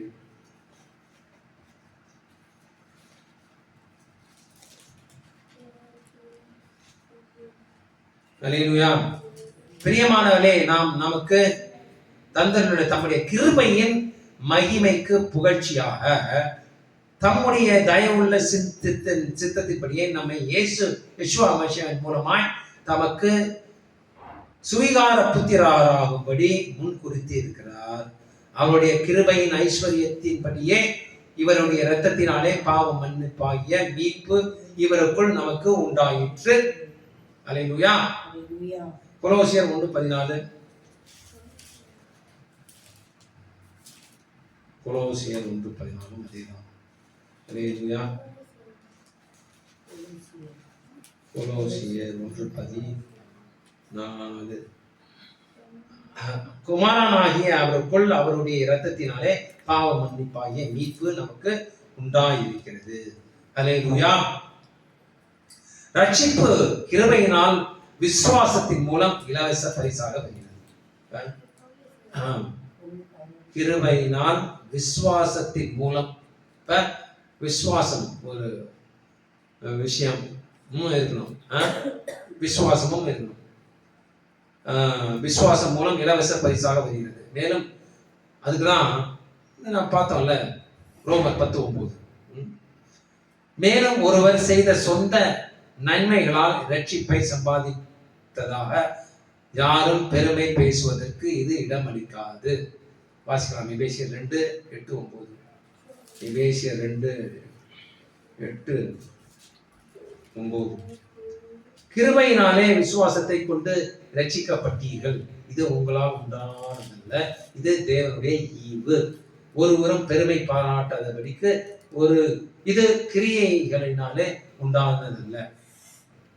வா, இதுதான் இந்த ஒரு வசனம் தான். இந்த ஒரு வசனமும் கூட வசனம் தான் இல்லை, இந்த ஒரு வசனம் கூட நமக்கும் உண்மையான தேவனுக்கும் மற்ற சொல்லிக்கிற தேவனுக்கும் உள்ள பெரிய வித்தியாசம். எல்லாரும் என்ன சொல்லுவாங்க, நல்லவனா இருக்கணும், நல்லது செய்யணும், பரலோகம் போயிடலாம் அப்படின்னு சொல்லிட்டு. ஆனா வேதம் என்ன சொல்லுது, உன்னுடைய நல்லதுனால நீ போக முடியாது. தேவனுடைய கிருபை, நமக்கு விசுவாசம் இருக்கணும் முதல்ல, அதுக்கப்புறம் தேவனுடைய கிருபை கிடைக்கும். தேவனுடைய கிருபை இருந்தால் மட்டுமே நம் நித்திய ஜீவனை ரட்சிக்கப்பட முடியும். இதுதான் பெரிய, இந்த வசனமும் கூட பெரிய வித்தியாசம் உண்மையான தேவனுக்கும் மற்ற சொல்லியிருக்கிற தேவனுக்கும், இல்லையா? அல்லேலூயா. ரட்சிப்பு கிருபையினால் விசுவாசத்தின் மூலம் இலவச பரிசாக வருகிறது. மேலும் இது பார்த்தோம் இல்லையா? ஓகே. 5வது தலைப்பாக யார் உண்மை கிறிஸ்தவன்? இது யார் உண்மையான கிறிஸ்தவன்? ஞான ஸ்நானம் எடுத்து ஞாயிற்றுக்கிழமை ஆனால் சர்ச்சுக்கு போய் தவறாமல் காணிக்கை கொடுக்கிறவனா உண்மையான கிறிஸ்தவன்? இல்ல எனக்கு இயேசு கிறிஸ்துவை தெரியும், நான் அவரை அறிந்திருக்கிறேன் என்று சொல்கிறவனா உண்மையான கிறிஸ்தவன்? இதற்கான விடையை எல்லா குழப்பங்களையும் நீக்கும் வகையில் ஒரு வசனம் வேதத்தில் இருக்கிறது என்று உங்களுக்கு தெரியுமா? அப்போஸ்தலர் பவுல் இப்படியாக ரோமர் 8:14 எழுதி இருக்கிறார். வாசிக்கலாம். 8:14. மேலும் எவர்கள் தேவனுடைய ஆவியினால் நடத்தப்படுகிறார்களோ அவர்கள் தேவனுடைய புத்திரராய் இருக்கிறார்கள். தேவனுடைய ஆவியினால் நடத்தப்படுறவங்க தான் உண்மையான கிறிஸ்தவங்களா இருக்க முடியும். அல்லேலூயா. அப்படி தேவனோட ஆவியினால் நடத்தப்படுகிறவங்க என்ன செய்வாங்க? பரிசுத்த ஆவியினால் வழி நடத்தப்படுகிறவன் தான் ஒரு உண்மை கிறிஸ்தவனாக இருக்க முடியும். ஒரு உண்மை கிறிஸ்தவனாக இருப்பதற்கு தேவனின் ஆவி இருப்பது முற்றிலும் அவசியமா? ஒரு உண்மை கிறிஸ்தவனாக இருக்கிறது, தேவனோட ஆவி பெற்றிருக்கிறது முற்றிலும் அவசியமா? ரோமர் 8:9 வாசிக்கலாம். தேவனுடைய ஆவி உங்களில் வாசமாய் இருந்தால் நீங்கள் மாம்சத்துக்குட்பட்டவர்களாய் இராமல் ஆவிக்கு உட்பட்டவர்களாய் இருப்பீர்கள். கிறிஸ்துவின் ஆவி இல்லாதவன் அவருடையவன் அல்ல.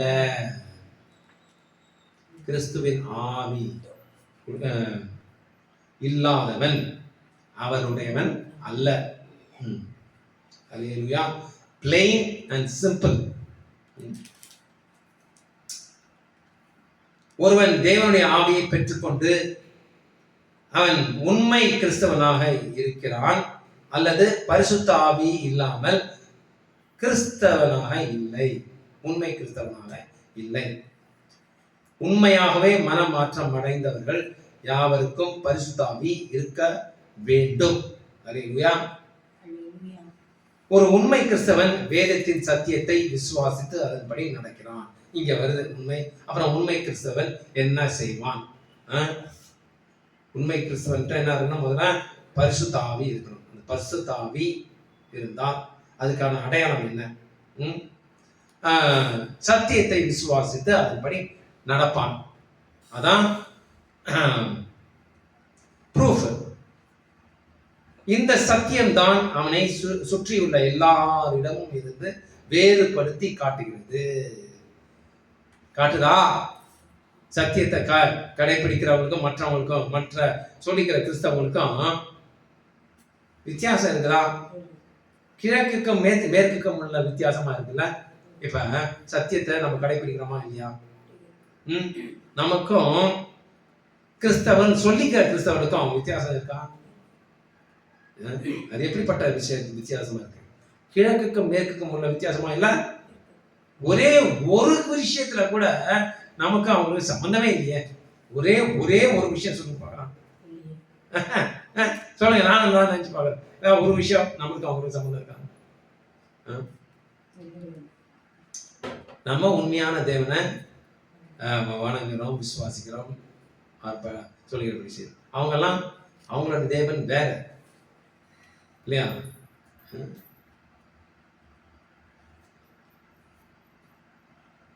அவன் உலகம் மற்றும் அதன் வழிகள்,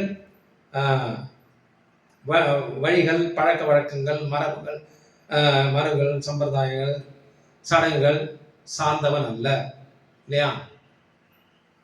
உலக உண்மை கிறிஸ்தவன் உலகத்தோட வழிகள், பழக்க வழக்கங்கள், சம்பிரதாயங்கள், சடங்குகள் எல்லாம் சம்பந்தம் இருக்குதா? சம்பந்தமே இல்லைல்ல. உலக சடங்குகள், ஞாயிற்றுக்கிழமை, கிறிஸ்துமஸ், ஈஸ்டர் இதெல்லாம் சம்பந்தம் இருக்குதா? இல்லை, சம்பந்தமே இல்லை. சார்ந்தவர் அல்ல, அதெல்லாம் சார்ந்தவர் அல்ல. இதன் அர்த்தம் என்ன? உண்மை கிறிஸ்தவர்கள் தேவனுடைய கற்பனைகளுக்கு கீழ்ப்படிவதுதான் இதன் அர்த்தம். அது வந்துச்சா? உண்மை கிறிஸ்தவன்னா உண்மை கிறிஸ்தவன் தேவனோட ஆவியை பெற்றிருக்கிறான். தேவனுடைய ஆவியை பெற்றிருப்பதற்கான அடையாளம் என்ன? கற்பனையை கை கொள்வான். அல்லேலூயா. இதுதான் உண்மை கிறிஸ்தவன் அர்த்தம். இதுவே தேவனுடைய வார்த்தையில் உள்ள உண்மை. அல்லேலூயா. எத்தனை வசனங்கள் இருக்குது, எக்கச்சக்கமான வசனங்கள் இல்லை. என்னை அன்பு செய்கிறீர்களா? அப்ப கற்பனையை கை கொள்ளுங்கள். அது மாதிரி எத்தனை வசனங்கள். யெசுவாமிஷம் முதல் ரட்சிப்பை பெறுவதற்கு யெசுவாமிஷை மாத்திரம் விசுவாசிக்க வேண்டும் என்று அவர் ஒருபோதும் கற்பிக்கவில்லை. ரட்சிப்பை பெறுவதற்கு யெசுவாமிஷை மாத்திரம் விசுவாசிக்க வேண்டும் என்று ஒருபோதும் கற்பிக்கவில்லை. வாசிக்கலாம். மத்தேயு 19:17. மத்தேயு 19:17. அல்லேலூயா. 17. அதற்கு அவர் என்னை நல்லவன் என்று சொல்லுவானே. அதாவது அப்போது 16 அப்பொழுது ஒருவன் வந்து அவரை நோக்கி, நல்ல போதகரே, நித்திய ஜீவனை அடைவதற்கு நான் எந்த நன்மையை செய்ய வேண்டும் என்று கேட்டான். ரட்சிக்கப்படுவதற்கு நான் என்ன? அதற்கு அவர், நீ என்னை நல்லவன் என்று சொல்லுவானே, தேவன் ஒருவர் தவிர நல்லவன் ஒருவனும் இல்லையே. நீ ஜீவனில் பிரவேசிக்க விரும்பினால் என்ன பண்ணோம்? கற்பனைகளை கைக்கொள் என்றார். அவரை மாத்திரம் விசுவாசிக்கணும் மட்டும் இல்லை. அவர் என்ன சொல்றாரு? யெசுவாமிஷா கற்பனையை கை கொள்ள அப்படின்னு சொல்லிட்டு அந்த கற்பனைகள்லாம் சொல்றாரு. கொலை செய்யறதுப்பாங்க, விபச்சாரம் செய்யறதுப்பாங்க, அதெல்லாம் கோட் பண்ணி காட்டுறாரு. 10 கற்பனைகள் இருக்கிறதெல்லாம் சொல்றாரு. அதை கடைபிடிக்க சொல்றாரு. 25-26 அவருடைய சீஷர்கள் அதை கேட்டு மிகவும் ஆச்சரியப்பட்டு, அப்படியானால் யார் ரட்சிக்கப்படக்கூடும் என்றார்கள். யெசுவாமிஷி அவரை பார்த்து, மனுஷரால் இது கூடாதுதான், தேவனாலே எல்லாம் கூடும் என்றார். அல்லேலூயா. ஆக இங்க என்ன சொல்ல வருது இந்த வசனம்? கற்பனைகளை நம்மளாவே கடைபிடிக்க முடியாது. பரிசுத்த ஆவி நமக்கு இருந்தால் ஒழிய நாம் கற்பனைகளை கடைபிடிக்கிறது சாத்தியம் இல்லை. தேவனால் கூடும். தேவ ஆவி இருந்தால் அது கற்பனைகளை கடைபிடிக்க முடியும். உண்மையாக தேவனுடைய ஆவி, பரிசுத்த ஆவி, தேவனுடைய ஆவி, பரிசுத்த ஆவின் அடையாளம் உலர்வதோ உருள்வதோ இல்லை. அது என்ன அடையாளம்? கற்பனைகளை கை கொள்ள வைக்கும். அதுதான் அடையாளம். இந்த உலர்றது, லபாதிபம் உலர்றது, உருள்வது, அதெல்லாம் வந்து அசுத்த ஆவியின் அடையாளங்கள். அல்லேலூயா. மார்க் 7:8 யெசுவாமிஷி அப்படியாக சொல்லி வருத்தப்படுகிறார். அல்லேலூயா. மனுஷருடைய கற்பனைகளை உபதேசங்களாக போதித்து வீணா எனக்கு ஆராதனை செய்கிறார்கள் என்று 7:8. அதான் மார்க் 7. மனுஷருடைய கற்பனை ஓகே வீணா எனக்கு ஆராதனை என்றும் எழுதியிருக்கிற பிரகாரம் மாயக்காரரை உங்களை குறித்து ஏசியா நன்றாக இருக்கிறது. நீங்கள் தேவனுடைய கட்டளைகளை தள்ளிவிட்டு, இல்ல எல்லா கிறிஸ்தவர்கள் தானே சொல்றாங்க, தேவனுடைய கற்பனை கேட்கணும்னு அவசியமே இல்லை. தள்ளிவிட்டு, தேவனுடைய கற்பனையை தள்ளிவிட்டார் எங்க சொல்லப்படுகிறது? புதிய ஏற்பாட்டை தானே யெசுவாமிஷி சொல்றாங்கல்ல. மனுஷனுடைய பாரம்பரியத்தை கை கொண்டு வருகிறவர்களாய், மனுஷருடைய பாரம்பரியத்தை நல்லா கடைபிடிக்கிறாங்கல்ல. கிறிஸ்துமஸ், ஈஸ்டர், இந்த வரப்போது கிறிஸ்துமஸ், இதெல்லாம் என்ன மாதிரி உழுந்து கொண்டாடுறாங்கல்ல. பாரம்பரியத்தை கை கொண்டு வருகிறவர்களாய், அதெல்லாம் பாரம்பரியம்.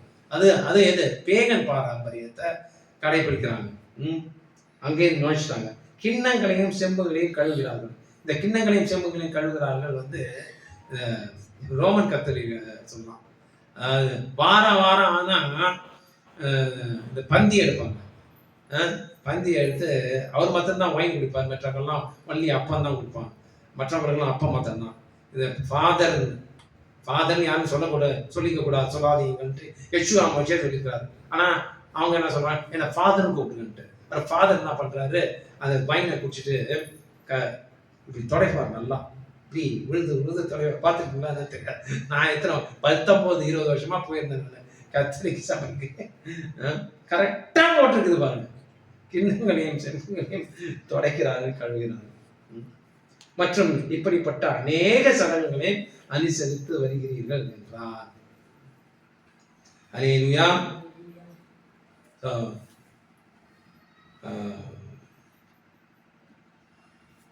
பரிசுத்த ஆவியின் அடையாளம் கற்பனைகளை கடைபிடிப்பது. அல்லேலூயா. அசுத்த ஆவியின் அடையாளம் உலர்வது, உருள்வது. அல்லேலூயா. யெஷுவா மஷாவை வீணாக வணங்குவது சாத்தியம் என்று இந்த வசனம் சொல்கிறது. வீணாக வணங்கலாம், அவர் கற்பனையின்படி நடக்கலன்னா வீணுதான். தானே சொல்றாரு, மனுஷர்கள் கற்பனை போதித்து வீணா எனக்கு ஆராதனை செய்கிறார்.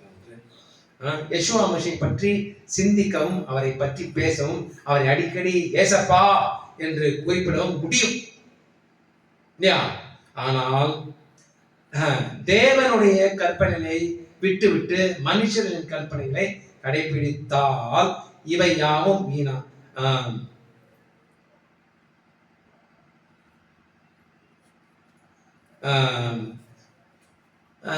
அவங்க பண்ற ஆராதனை எல்லாம் வீணாகும். மனுஷனுடைய கற்பனை தேவனுடைய கற்பனை விட்டுவிட்டு மனுஷனுடைய கற்பனை கடைபிடித்தால் அவர் செய்கிற காரியங்கள் யாவும் வீணாகும், ரட்சிப்பும் இல்லை. அதான் கர்த்தாவை சொல்றவங்க எல்லாம் பார்த்து நீ யார் என்று அறியே அகன்று போங்கள், யூ லாலஸ் பீப்பிள், அக்கிரம செய்யறதுக்காக சொல்றாங்க. வாசிக்கலாம் 1 யோவான் 2:4. 1 யோவான் 2:4.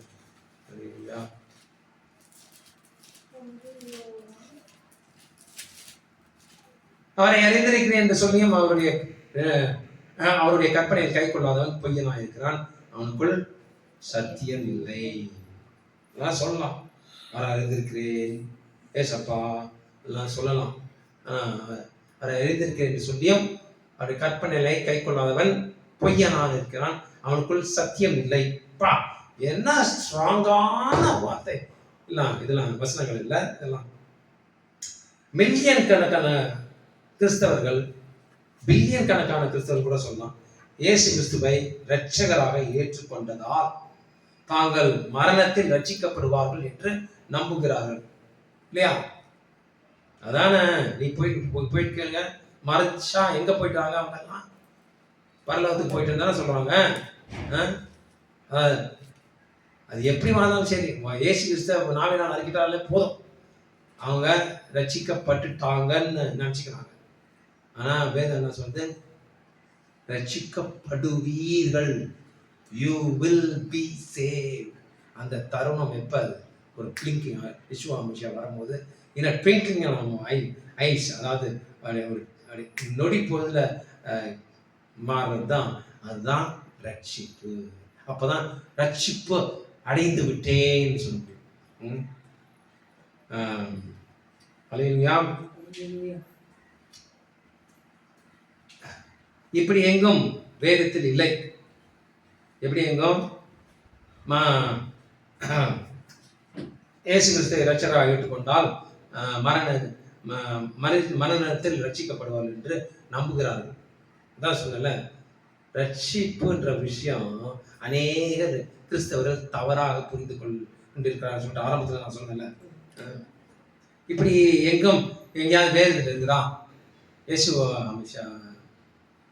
விசுவாசித்தால் அறிக்கையிட்டால் மரணத்துல கண்டிப்பா பரலோகத்துக்கு போயிடுவான், நித்திய ஜீவனுக்கு போயிடுவான் இருக்குதா?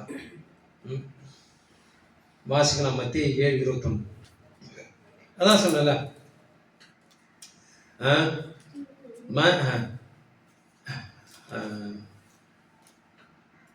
பரலோகத்தில் இருக்கிற என் பிதாவின் சித்தத்தின்படி செய்கிறவனே பரலோக ராஜ்யத்தில் பிரவேசிப்பானே அல்லாமல் என்னை நோக்கி கர்த்தாவே கர்த்தாவே என்று சொல்கிறவன் அதில் பிரவேசிப்பது இல்லை. ரோமர் 2:13 வாசிக்கலாம். ரோமர் 2:13. அல்லேலூயா. ரோமர் 2:13 வாசிக்கலாம். அல்லேலூயா. நியாய பிரமாணத்தை கேட்கிறவர்கள் தேவனுக்கு முன்பாக நீதிமான்கள் அல்ல, நியாய பிரமாணத்தின் படி செய்கிறவர்களே நீதிமான்கள் ஆக்கப்படுவார்கள். அல்லேலூயா. என்ன தெளிவான சொல்ல. நான் பல கேட்கிறவங்க தேவனுக்கு நீதிமானாக இருக்க முடியாது. அதன்படி செய்கிறவங்க தான் நீதிமான்கள் ஆக்கப்படுவார்கள். அல்லேலூயா. அது பாடி சொல்லிட்டே வரணும். நீதிமான்கள் ஆக்கப்படுவார்கள். மறுரூபமாக்கும் போது நம்மெல்லாம் நீதிமான்கள் ஆகும். அல்லேலூயா. அது வரைக்கும் ஏதாவது ஒரு பாவம் செய்துட்டு தான் இருப்போம். மாம்சத்திலே ரத்தத்திலே இருக்கும்போது ஏதாவது ஒரு பாவம் செய்துட்டு அங்க இங்க செய்துட்டு தான் இருப்போம்.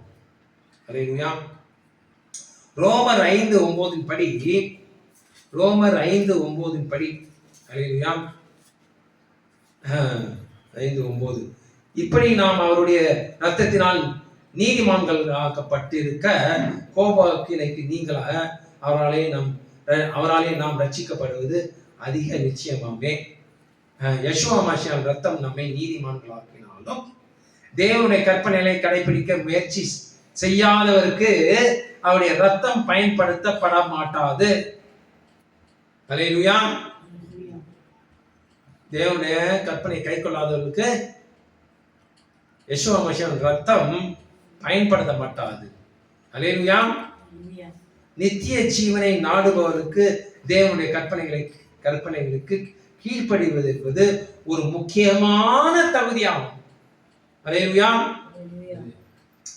தேவனுடைய ஆவியை பெறுவதற்கும் தொடர்ந்து தேவனுடைய ஆவியை தக்க வைப்பதற்கும் கற்பனைகளை கடைபிடிப்பது மிக மிக மிகவும் அவசியமாகும். அல்லேலூயா. அல்லேலூயா. அப்போஸ்தலர் 5:32. இது ஒரு அருமையான வசனம். இந்த வசனத்தை அப்போஸ்தலர் 5:32. அல்லேலூயா. இந்த வசனத்தை நான் இப்பதான் பார்க்கிறேன். அல்லேலூயா. 5:32. அல்லேலூயா. இந்த சங்கதிகளை குறித்து நாங்கள் அவருக்கு சாட்சியாக இருக்கிறோம். தேவன் தமக்கு கீழ்ப்படுகிறவர்களுக்கு தந்தருளின பரிசுத்த ஆவியும் சாட்சியா என்றார். சாட்சிகள் தந்தருளின பரிசுத்த ஆவியும் சாட்சி என்றார்கள். அல்லேலூயா. சோ பரிசுத்த ஆவி எதுக்கு சாட்சியா இருக்குது? தேவனுக்கு கீழ்ப்படுகிறதுக்கு சாட்சியா இருக்கு இல்லையா? வாவ். அல்லேலூயா. இது மறுபடியும் பாருங்கன்னா, இந்த சங்கதிகளுக்கு குறித்து நாங்கள் அவருக்கு சாட்சியா இருக்கிறோம். தேவன் தமக்கு கீழ்ப்படுகிறவர்களுக்கு தந்தருளின பரிசுத்த ஆவியும் சாட்சி என்றார்கள். பரிசுத்த ஆவி இருந்தால், உண்மையான பரிசுத்த ஆவி நமக்கு கிடைச்சதுன்னா கண்டிப்பா அவருடைய வார்த்தைக்கு கீழ்ப்படிவோம், அவருடைய கற்பனைக்கு கீழ்ப்படிவோம். அதுதான் பரிசுத்த ஆவி இருக்கிறதா சாட்சி. வளர்வதோ ஊர்வதோ சாட்சி அல்ல, அது அசுத்த ஆவியின் சாட்சி. அல்லேலூயா. இந்த வசனத்தை இதற்கு முன் நீங்கள் கேள்விப்பட்டிருக்கிறீர்களோ என்பது சந்தேகம்தான். தேவனுடைய ஆவியை பெறுவதற்கு முன் தேவனுடைய கற்பனைகளை மீறியதற்காக மனம் திரும்புவதிலும் ஞான ஸ்நானம் பெறுதலும் அவசியம். அப்போஸ்தலர் 2:28. பேதுரு எல்லாருக்கும் போதித்த பிறகு, பரிசுத்த ஆவி கிடைத்த பிறகு பேதுரு போதிப்பாரு. அதுக்கப்புறம் எல்லாரும் ரட்சிக்கப்படுவோம். இல்லை நாங்கள் என்ன செய்வோம், நல்லா செய்வோம் கேட்பாங்க. அதுக்கு இப்படி சொல்வார். பேதுரு அவளை நோக்கி, நீங்கள் மனம் திரும்பி ஒவ்வொருவரும் பாவம் மன்னிப்பிற்கென்று இயேசு கிறிஸ்துவின் நாமத்தினாலே ஞான ஸ்நானம் பெற்றுக் கொள்ளுங்கள், அப்போது பரிசுத்த ஆவியின் வரத்தை பெறுவீர்கள். அல்லேலூயா. இந்த தருணத்தில் தான் ஆவியினால் பெறப்பட்ட ஒரு புதிய வாழ்க்கை ஆரம்பமாகிறது. அல்லேலூயா. எப்ப ஞானஸ்நானம் பெற்ற பிறகு தேவன் பரிசுத்த ஆவியை தருகிறார். அதுல தான் ஒரு புதிய ஆவிக்குரிய வாழ்க்கை ஆரம்பமாகுது. வாசிக்கலாம் ரோமர் 8:17.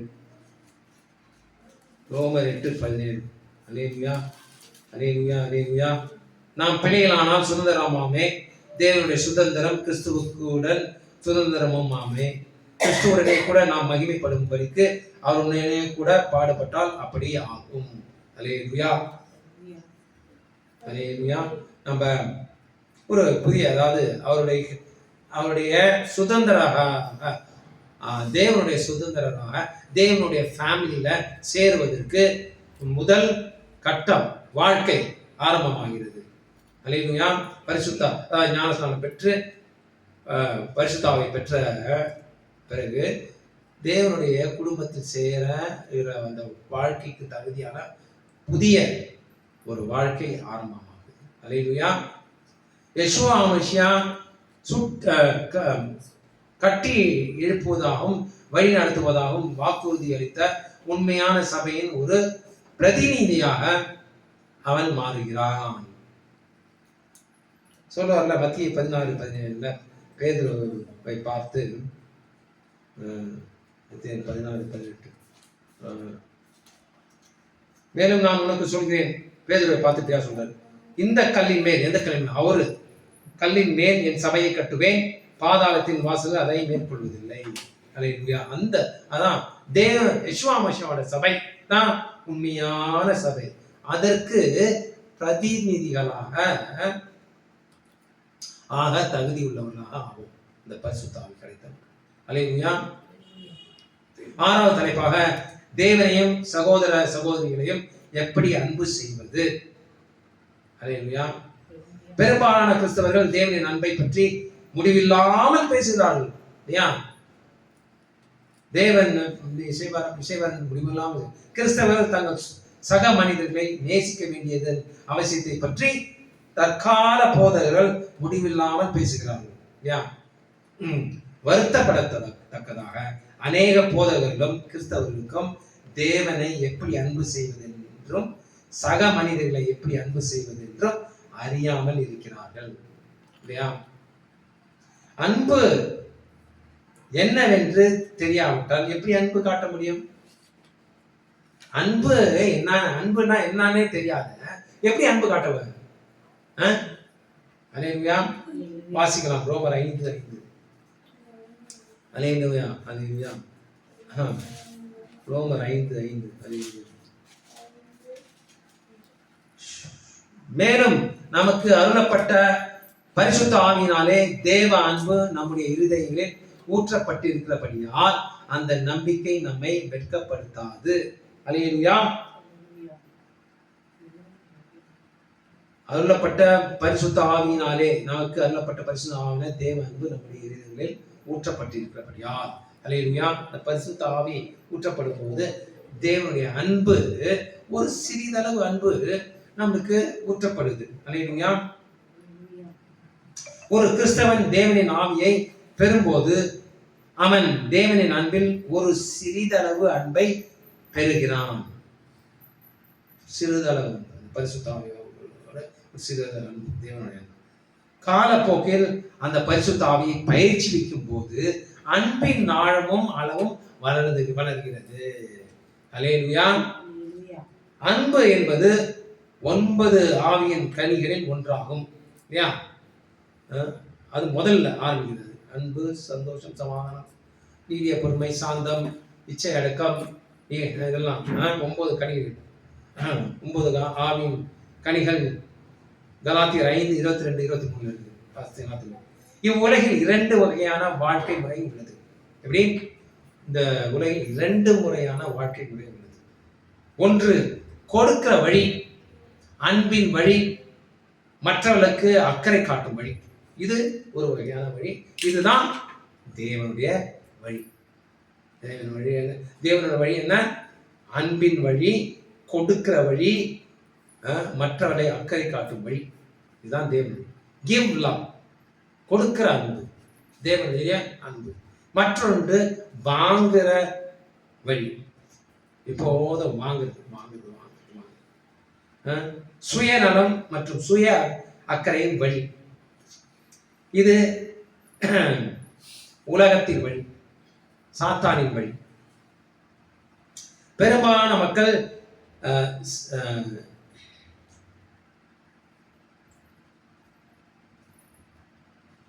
சிற்றின்பங்களை அனுபவிப்பதிலும் பேர், புகழ், சொத்து, பணம், பொருட்கள் குவிப்பதிலும் ஆர்வமாக உள்ளனர் இல்லையா? இது இந்த உலகத்திற்கு வேண்டுமானால் உண்மையாகவும் நியாயமாகவும் இருக்கலாம். பேர், புகழ், சொத்து, ஜாலியா இருக்கிறது, இதெல்லாம் நியாயம் தானே அப்படின்னு உலகத்துக்கு இருக்கலாம். ஆனால் இது தேவனின் வழியும் ஒரு கிறிஸ்தவனின் வழியும் அல்ல. முற்றிலுமாக நேர்மாறானது. தேவனின் வழியும் சேர்க்கிறது, இதெல்லாம் வாங்கிறது, எல்லாம் சேர்க்கிறது, எல்லாம் தேவனோட வழியும் உண்மை கிறிஸ்தவன் வழியும் அல்ல. உண்மையும் அல்ல, நீதியும் அல்ல. அல்லேலூயா. யெஷுவா மசியா அப்போஸ்தலர் 20:35 இப்படியாக கற்றுத் தருகிறார். கொடுக்கிறதை விட வாங்குவதை விட கொடுப்பதே நலம், கொடுப்பதே மகிழ்ச்சி. அப்போஸ்தலர் 20:35. அல்லேலூயா. அப்போஸ்தலர் 20:35. இப்படி பிரயாசப்பட்டு பலவீனரை தாங்கவும், எப்படி பலவீனரை தாங்கவும் வாங்குகிறதை பார்க்கிலும் கொடுப்பதே பாக்கியம் என்று யெஷுவா மசியா சொன்ன வார்த்தைகள் நினைக்கவும் வேண்டும் என்று எல்லா விதத்திலேயும் உங்களுக்கு காண்பித்தேன் என்று அப்போஸ்தலர் பவுல் சொல்றார். அல்லேலூயா. கொடுக்கிறதை விட ஓ மை குட்னஸ், ஏன் திருப்பி இந்த மாதிரி வாங்குகிறதை பார்க்கிலும் கொடுக்கிறதே பாக்கியம், ஆசீர்வாதம், பிளெஸிங் என்று அப்போஸ்தலர் பவுல் அவரே காண்பித்தார். அல்லேலூயா. இந்த வாழ்க்கை முறையை கடைபிடிப்பதன் மூலம் நமக்கு மிகுந்த சந்தோஷமும் சமாதானமும் கிடைக்கும். யெஷுவா மசியா தேவனின் ஆவியை ஒவ்வொரு நபரிடமிருந்தும் பாயும் நதிக்கு ஒப்பிட்டார். அல்லேலூயா. வாசிக்கலாம். யோவான் 7:37-39. அல்லேலூயா. யோவான் 7:37-39.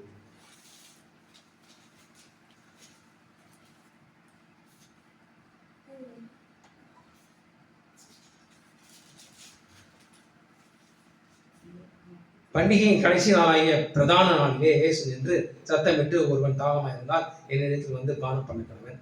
வேத வாக்கியம் சொல்லுகிறபடி என்னிடத்தில் விசுவாசமாயிருக்கிறவன் எவனோ அவன் உள்ளத்திலிருந்து ஜீவன் தண்ணீர் உள்ள நதிகள் ஓடும் என்றார். தம்மை விசுவாசிக்கிறவர்கள் அடைய போகிற ஆவியை குறித்து இப்படி சொன்னார். அல்லேலூயா.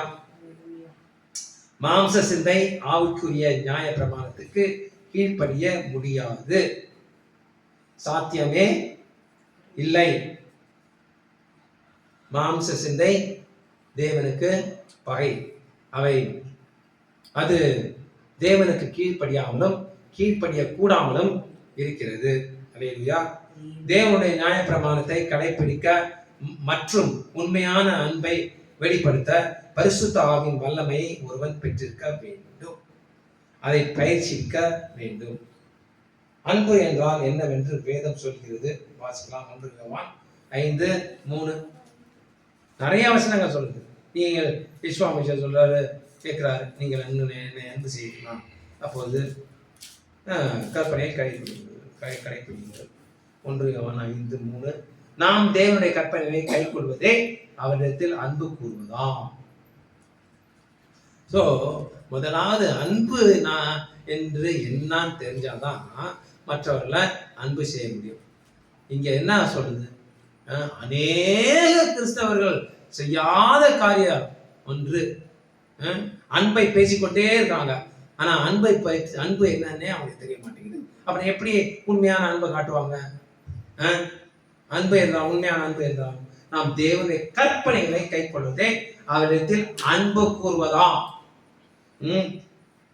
அவருடைய கற்பனைகள் பாரமானவைகள் அல்ல. நாம் தேவனிடத்தில் அன்பு கூர்ந்து அவருடைய கற்பனை கை கொள்ளும் போதுதான் தேவனுடைய பிள்ளைகளிடத்தில் அன்பு கூறுகிறோம் என்று அறிந்து கொள்கிறோம்.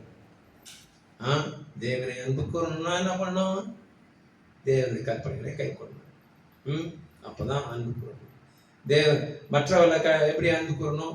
தேவனுடைய கற்பனை கை கொள்ளும் போதுதான் மற்ற சகோதர சகோதரிகளே அன்பு கூற முடியும். இதை யாராவது எந்த ஒரு கிறிஸ்தவர்களா சொல்லி தராங்களா? மாறாக அவங்க என்ன சொல்றாங்க? கற்பனைலாம் கை கொள்ளணும் அவசியமே கிடையாது. ஆனா மனுஷருக்கு பிரியமான காரியத்தை அவங்க செய்து அவங்க மனுஷரை அன்புக்கு கூறுறாங்கன்னு நினைச்சுக்கிறாங்க. நினைப்பு பழப்பதான் கெடுக்கும். எப்படி நீ கிறிஸ்துமஸ் கொண்டாடியாவா, போயிட்டு ஒரு ஹோட்டல் வாங்கி அப்படி ஜாலியா கறி மீன் பிரியாணி சாப்பிட்டு ஜாலியா இருக்கலாம். அப்ப அன்பு செலுத்துறோம்னு அர்த்தம். அது அன்பா? அது சீக்கிரத்துல பிடிச்சிக்கும். அது அந்த அன்பு அது அன்பு கிடையாது. தேவனுடைய கற்பனையை கடைபிடிக்காத அன்பு ஒருவனால உண்மையான அன்பு செலுத்துவது என்பது சாத்தியமே கிடையாது. உண்மையாக அக்கறை கொள்வது என்பது சாத்தியமே கிடையாது. அல்லேலூயா. வருத்தப்படத்தக்கதாக அன்பு இருப்பதாக கூறும் பல கிறிஸ்தவர்கள் கற்பனைகள் சாபம் என்று சொல்கிறார்கள். ஆனால் தேவன் என்ன சொல்கிறார்? கற்பனைகள் பாரமானவைகளும் அல்ல என்றும். அப்படிதான் சொல்றது. கற்பனைகள் பாரமானவைகளும் அல்ல. பாரமான அது கடைபிடிக்கிறது ரொம்ப கஷ்டம் இல்லையே. கஷ்டமா இருக்குது, நான் கடைபிடிக்கணும், கஷ்டமா இருக்கு. இன்னும் சொல்ல போனா அது எவ்வளவு ஒரு சந்தோஷத்தையும் சமாதானத்தையும் தருது. என்னதான் கஷ்டமா இருந்தாலும் அந்த சத்தியத்தின்படி நடக்கும்போது என்ன ஒரு சமாதானம் ஆளுகை செய்யுது. ஏன்னா எப்படி அது தேவன் நம்மளை வழி நடத்துறாரு. அவரோட ஞானத்தை தந்து வழி நடத்துறாரு. அல்லேலூயா, அல்லேலூயா. பாரமான கற்பனைகள் தேவன் சொல்றாரு, கற்பனைகள் பாரமானவைகளும் அல்ல என்றும் அவைகள் பரிசுத்தம் உள்ளதாயும் நீதியாயும் நன்மையாயும் ஆவிக்குரியதாயும் இருக்கிறது என்றார். ரோமர் 7:12-14. ரோமர் 7:12-14. ரோமர் 7:12. ஆயால் நியாயப்பிரமான் பரிசுத்தம் உள்ளதுதான், கற்பனையும் பரிசுத்தமாயும் நீதியாயும் நன்மையாயும் இருக்கிறது. மேலும் நமக்கு தெரிந்திருக்கிறபடி நியாயப்பிரமான் ஆவிக்குரியதா இருக்கிறது. அல்லேலூயா. அப்போஸ்தலன் பவுல் கற்பனைகளின் மேல் பிரியமாக இருப்பதாக சொல்றார். எப்படி? அப்போஸ்தலன் பவுல் கற்பனையின் மேல் பிரியமா இருக்கிறார். 22. உள்ளான மனுஷர் கேட்டபடி தேவனுடைய நியாயப்பிரமாணத்தின் மேல் பிரியமாய் இருக்கிறேன். அல்லேலூயா. ஆனா உலகத்தில் கிறிஸ்தவர்கள் என்ன சொல்றாங்க? கற்பனைகள் சாபம் சொல்றாங்க. அது எங்க இருக்குது கற்பனைகள் சாபம் சொல்லிட்டு?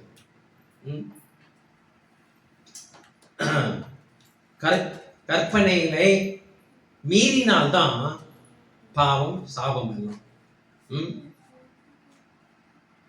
அல்லேலூயா.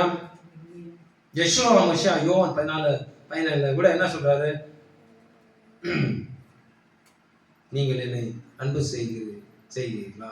அப்போ கற்பனையை கை கொள்ளுங்கள். அன்பு நியாய பிரமாணத்தை நிறைவேறுதல் என்று தேவனுடைய வார்த்தை வெளிப்பட்டது. ரோமர் 13:10. அன்பு தேவனுடைய வார்த்தை, அன்பே நியாய பிரமாணத்தில் நிறைவேறுதல் என்று தேவனுடைய வார்த்தை வெளிப்பட்டது. ரோமர் 13:10. அன்பானது பிறனுக்கு பொல்லாங்கு செய்யாது. எப்படிப்பட்ட அன்பு? உண்மையான அன்பு, கற்பனைகளை கையில் கடைபிடித்து அதனால் வரும் அன்பு. அந்த அன்பு பொல்லாங்கு செய்யாது. மனுஷனுக்கு ஏற்ற கற்பனையை கடைபிடிச்சா அது பொல்லாங்கு செய்யதான் செய்யும், கண்டிப்பா செய்யும். ஆதலால் அன்பு நியாய பிரமாணத்தின் நிறைவேறுதலாய் இருக்கிறது. அன்பு நியாய பிரமாணத்தில் நிறைவேறுதலா இருக்குது. அல்லேலூயா. உண்மையான அன்பு நியாய பிரமாணத்தை கடைபிடிச்சாதான் அந்த உண்மையான அன்பு பரிபூர்ணமாக இருக்கிறது. அல்லேலூயா.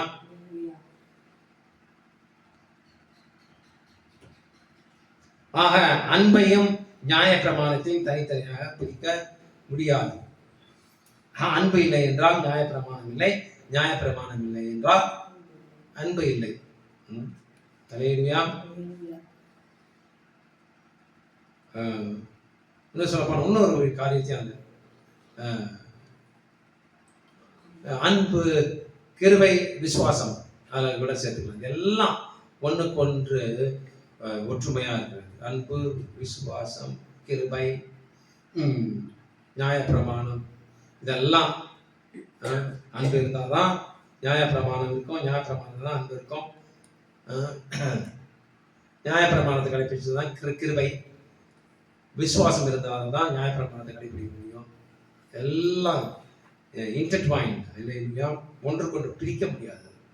ஒன்று இல்லாமல் ஒன்று இருக்கிறதுக்கு சாத்தியமே கிடையாது.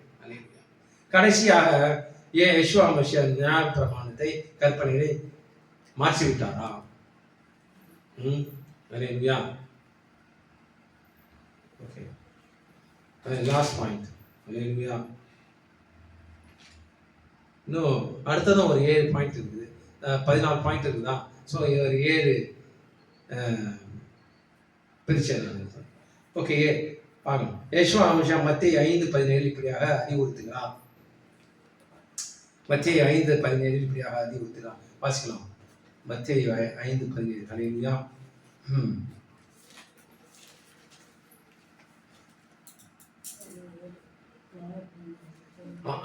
அது முதல் இயேசு மனம் திரும்புகள், பரலோக ராஜ்யம் சமீபத்தில் இருக்கிறது என்று பிரசங்கிக்க தொடங்கினார். அல்லேலூயா.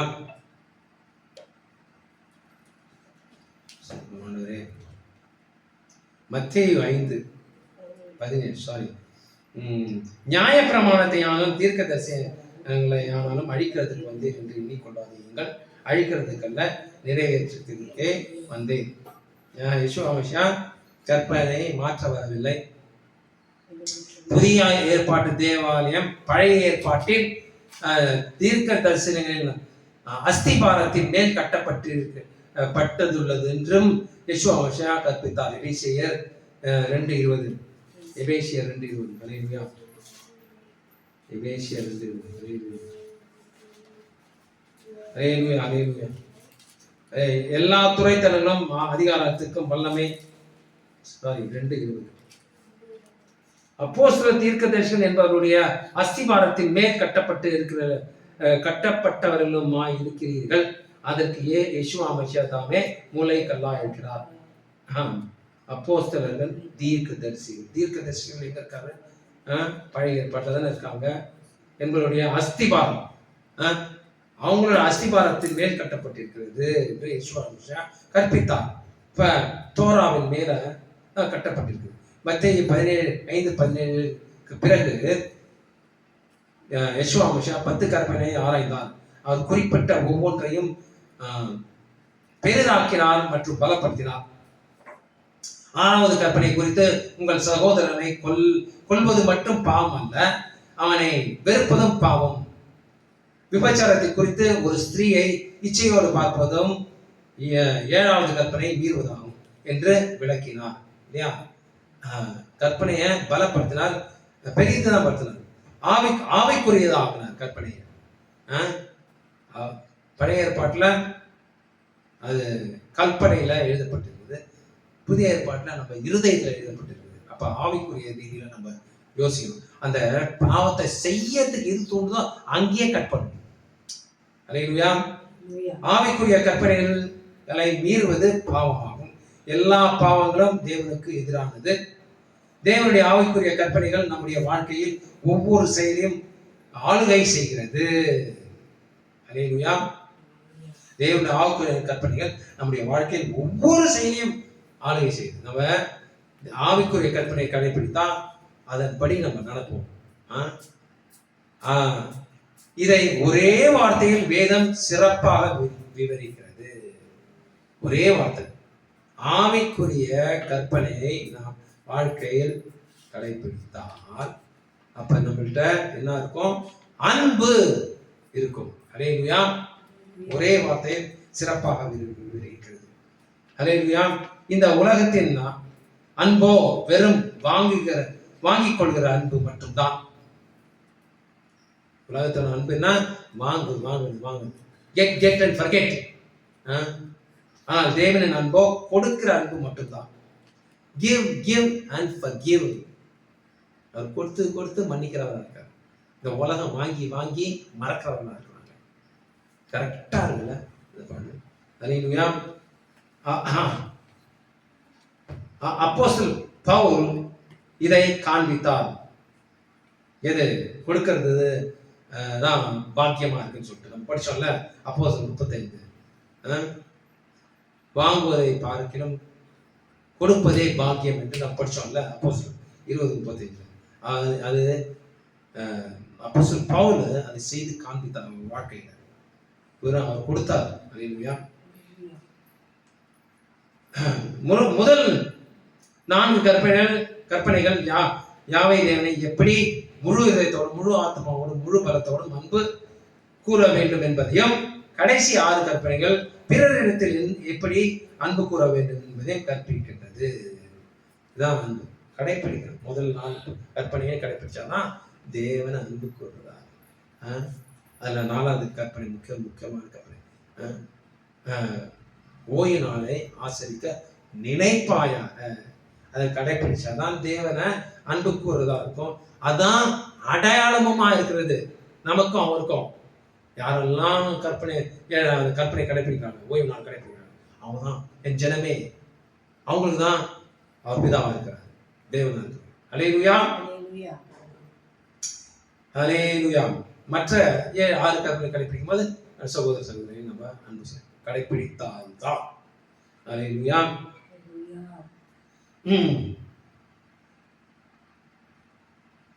அல்லேலூயா. மத்தேயு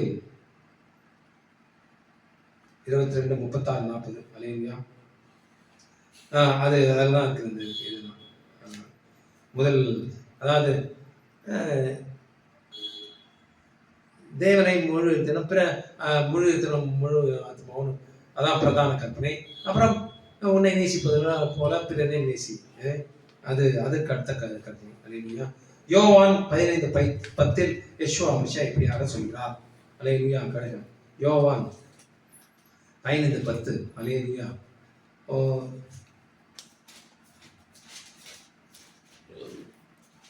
15:10 அவர் கேட்டார், நான் என் பிதாவின் கற்பனைகளை கை கொண்டு அவருடைய அன்பிலே நிலைத்திருக்கிறது போல. எப்படி யெஷுவா மசியா தேவனோட கற்பனைகளை கடைபிடித்து தான் தேவனோட அன்புல நிலைத்திருக்கிறாராம். அவர் சும்மா கற்பனைலாம் தேவையில்லை, தேவனோட அன்பு வேணும்னா கற்பனைலாம் கடைபிடிக்கணும்னு அவசியம் இல்லை அப்படின்னு அவர் சொல்லலை.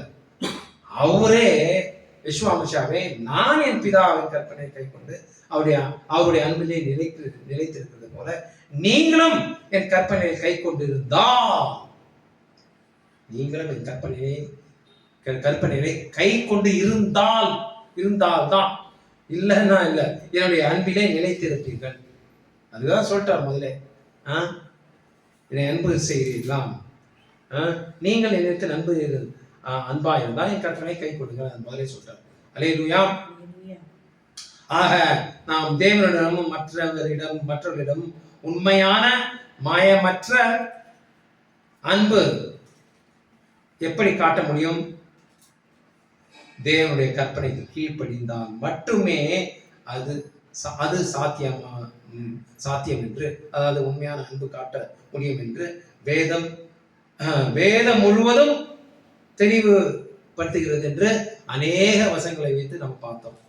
ஸோ அன்பு ஒரு டெஃபினிஷன், அன்பு என்றால் என்னன்னு தெரியாம அன்பு காட்டணும்னு நினைச்சா அதான் செய்துட்டு இருக்கு அநேக கிறிஸ்தவர்கள். அன்போட டெஃபினிஷனே தெரியாதவங்க அப்புறம் எப்படி அவங்க உண்மையான அன்பு காட்ட முடியும்? உண்மையான அன்பு காட்டினா அவங்க போதகர் தன்னுடைய 1 லட்சக்கணக்கான வரும் மக்களை திசை திருப்புவாங்களா? ரிச்சிப்புன்ற விஷயத்தையே குழப்பியிருக்கானுங்க. ஒருத்தர் கூட தெரிய மாட்டேங்குது. எப்படி நித்திய ஜீவன் அடைவதுக்குன்னு திசை திருப்புவாங்களா? உண்மையான அன்பு இருந்தா அன்பு அவங்களுக்கு என்னன்னே தெரியல. ஆனால் தான் ஏமாத்துறாங்க. 5 அப்போ கொண்டு வாங்க, 5000 கொண்டுங்க 10,000, 2 மீனுக்கு 2000 கொண்டு வாங்க 20,000. எப்படி திசை திருப்புறாங்க பாரு. அது அன்பு இல்லை. அவங்களுக்கு அன்பு என்னன்னே தெரியல. அப்புறம் எப்படி அன்பா இருக்க முடியும்? அன்பு இருந்தால் ஒருவனை நித்திய ஜீவனுக்கு வழி நடத்தணும். அதுதான் உண்மையான அன்பு இருக்கிறதா அர்த்தம். இங்க யாவி தேவனின் சுவிசேஷ ஊழியத்துல அதை மட்டும்தான் ஃபோக்கஸே. உங்களை எல்லாரையும் நித்திய ஜீவனுக்கு வழி நடத்துவது தானே ஃபோக்கஸே, நோக்கமே, எண்ணமே. அதன்படி தானே நாங்கள் வழி நடத்துறோம். உண்மையான அன்பு இருக்கும்போது நித்திய ஜீவனுக்கு வழி நடத்துவோம். அன்புக்கு என்ன அர்த்தமே தெரியலன்னா பாதாளத்துக்கு தான் வழி நடத்துவோம். அவங்களும் பாதாளத்துக்கு போவாங்க, அவங்களோட சேர்ந்து அவங்களுக்கு சேர்றவங்களும் பாதாளத்துக்கு போவாங்க. அல்லேலூயா. தேவனுக்கு பிரியமான சகோதர சகோதரிகளே, வாலிப பிள்ளைகளே,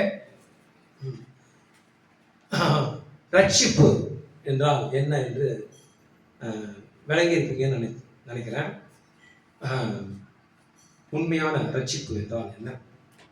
அது இப்ப எல்லாம் நம்ம ரட்சிப்ப காண முதல் கட்டத்துல இருக்கிறோம்.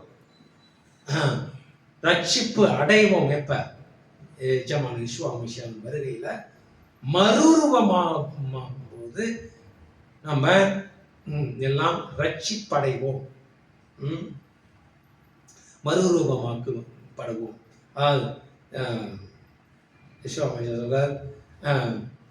that which is flesh is flesh. மாம்சமானது மாம்சமாக மாம்சமும் ரத்தமும் பரலோக ராஜ்யத்தில் பிரவேசிப்பதில்லை.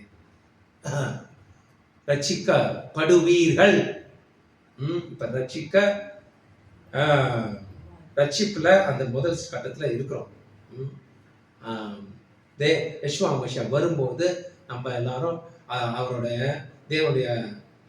தேவனுக்கு பயந்து அவருடைய வார்த்தைக்கு நடுங்கி அந்த கற்பனைலாம் கடைபிடிக்கும் போது யெஷுவா வருகையில நம்ம ரட்சிப்பு அடைவோம். ரட்சிப்பு நம்மளுக்கு கிடைக்கும். அல்லேலூயா, அல்லேலூயா.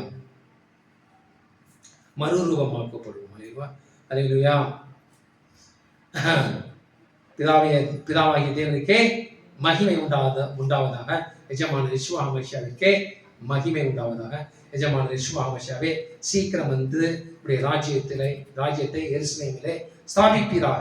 அதில் எங்களையும் குடும்பமாக சேர்த்துக் கொள்வீராக. அல்லேலூயா.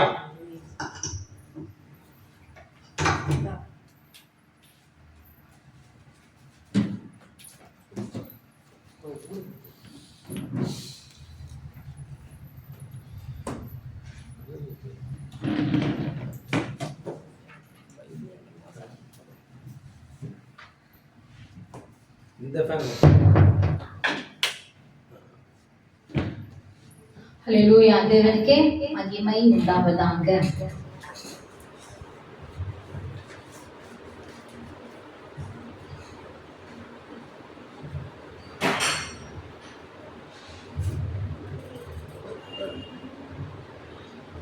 ரட்சிப்பு என்றால் என்ன என்பது குறித்து நம்ம தியானித்தோம். நம்முடைய யெஷுவா ஹமஷியா ரட்சிப்பை துவக்கினவராக இருக்கிறார். அதன் முடிவும் அவராக இருப்பார். அப்போ அந்த ரட்சிப்பு முடிவுக்கு வரும் பொழுது அவரே ரட்சிப்பின் மகிமையாகவும் மாறுவார். வாசிக்கலாம். வெளிப்படுத்தின விசேஷம் 7ஆம் அதிகாரம் 9-10 வசனத்துல, இவைகளுக்கு பின்பு நான் பார்த்தபோது இதோ சகல ஜாதிகளிலும் கோத்திரங்களிலும் ஜனங்களிலும் பாஷைக்காரிலும் இருந்து வந்ததும் ஒருவனும் எண்ணக்கூடாததுமான திரளான கூட்டமாகிய ஜனங்கள் வெள்ளை அங்கிகளை தரித்து தங்கள் கையில் குருத்தோலைகளை பிடித்து சிங்காசனத்திற்கு முன்பாகவும் ஆட்டுக்குட்டியானவருக்கு முன்பாகவும் நிற்க கண்டேன். அவர்கள் மகா சத்தமிட்டு, ரட்சிப்பின் மகிமை சிங்காசனத்தின் மேல் வீற்றிருக்கிற எங்கள் தேவனுக்கும் ஆட்டுக்குட்டியானவருக்கும் உண்டாவதாக என்று ஆர்ப்பரித்தார்கள். ஹல்லேலூயா. ரட்சிப்பின் மகிமையாக அவர், ரட்சிப்பின் முடிவிலே அவர் ரட்சிப்பின் மகிமையாக இந்த ராஜ்யத்திலே அவரை அண்டிக் கொள்ளுகிறவர்களாக அவர் வாழ்த்தப்படுகிறவராக இருக்கிறார் என்பதை வேத வசனங்கள் நமக்கு நிரூபிக்கிறது இல்லையா? ஹல்லேலூயா. நாம கூட ரட்சிப்பின் மகிமையை உடையவரை, ரட்சிப்பை நம்முடைய வாழ்க்கையில துவக்கினவரை முடிவு பரியந்தமும் இந்த ரட்சிப்பை நாம் காத்துக்கொள்ள நமக்கு உதவி செய்வாராக. ஹல்லேலூயா. இந்த கற்பனைகளுக்கு நாம் கீழ்ப்படியும் பொழுது, அவரை ஏற்றுக்கொண்டவர்கள் அவருடைய பிரமாணத்திற்கு கீழ்ப்படிந்து நடக்கும் பொழுது, அவர் நியாய பிரமாணத்தை மீறினதற்கு வரக்கூடியதான எல்லா எதிர்மறையான தீர்ப்புகளையும் அதனுடைய கையெழுத்தை நீக்கி போட்டார் என்று வேதவசனங்கள் சொல்லுகிறது. இந்த தண்டனையை நீக்கி போட்டு நமக்கு ரட்சிப்பை துவக்கினார். ஹல்லேலூயா. நம்ம தேவனை நோக்கி அன்பு தகப்பனே, யெஷுவா ஹமஷியாவின் மூலமாக ரட்சிப்பை துவக்கினவரே, அவர் மூலமாகவே ரட்சிப்பை முடிக்கிறவரே, கடைசியிலே ரட்சிப்பின் மகிமையான யெஷுவா ஹமஷியாவை துதிக்கும்படியாக, ஆர்ப்பரித்து மகிழும்படியாக நீர் நிலைநிறுத்த போவதற்காக நன்றி செலுத்துகிறோம். உம்மையே ஆராதித்து மகிமைப்படுத்துகிறோம். ஹல்லேலூயா. நன்றி ஆண்டவரே. எங்கள் தேவாதி தேவனே, எங்கள் ரட்சிப்பின் ஆட்டுக்குட்டியானவரே, உம்மையே ஆராதிக்கிறோம்.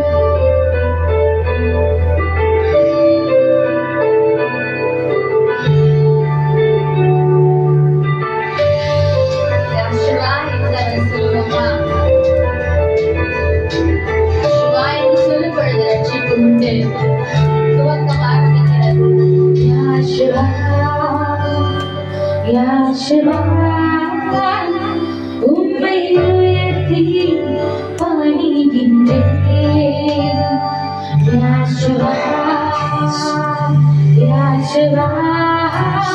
பணிகின்றேன். உம்மை உயர்த்தி பணிகின்றேன்.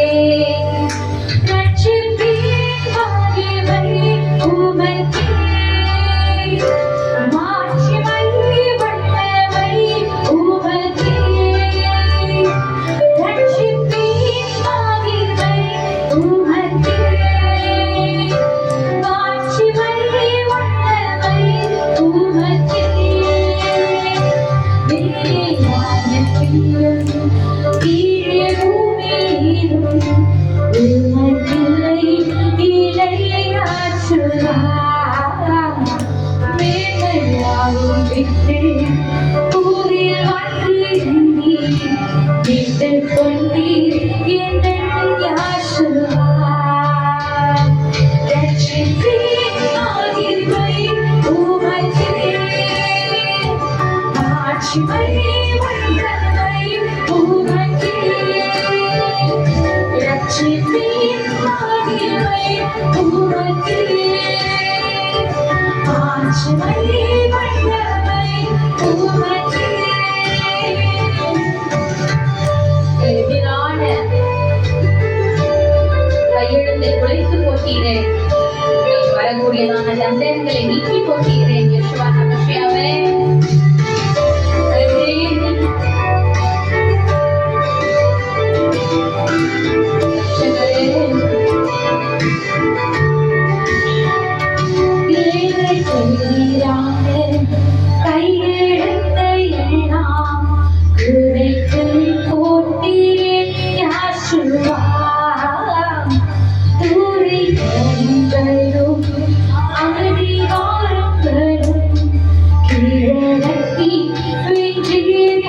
யாஷுவா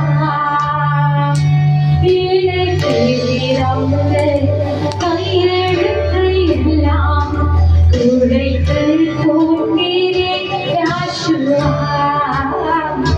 தூரை கதைகளும் அதிகாரங்களும் இழக்கி வெற்றி யாஷுவா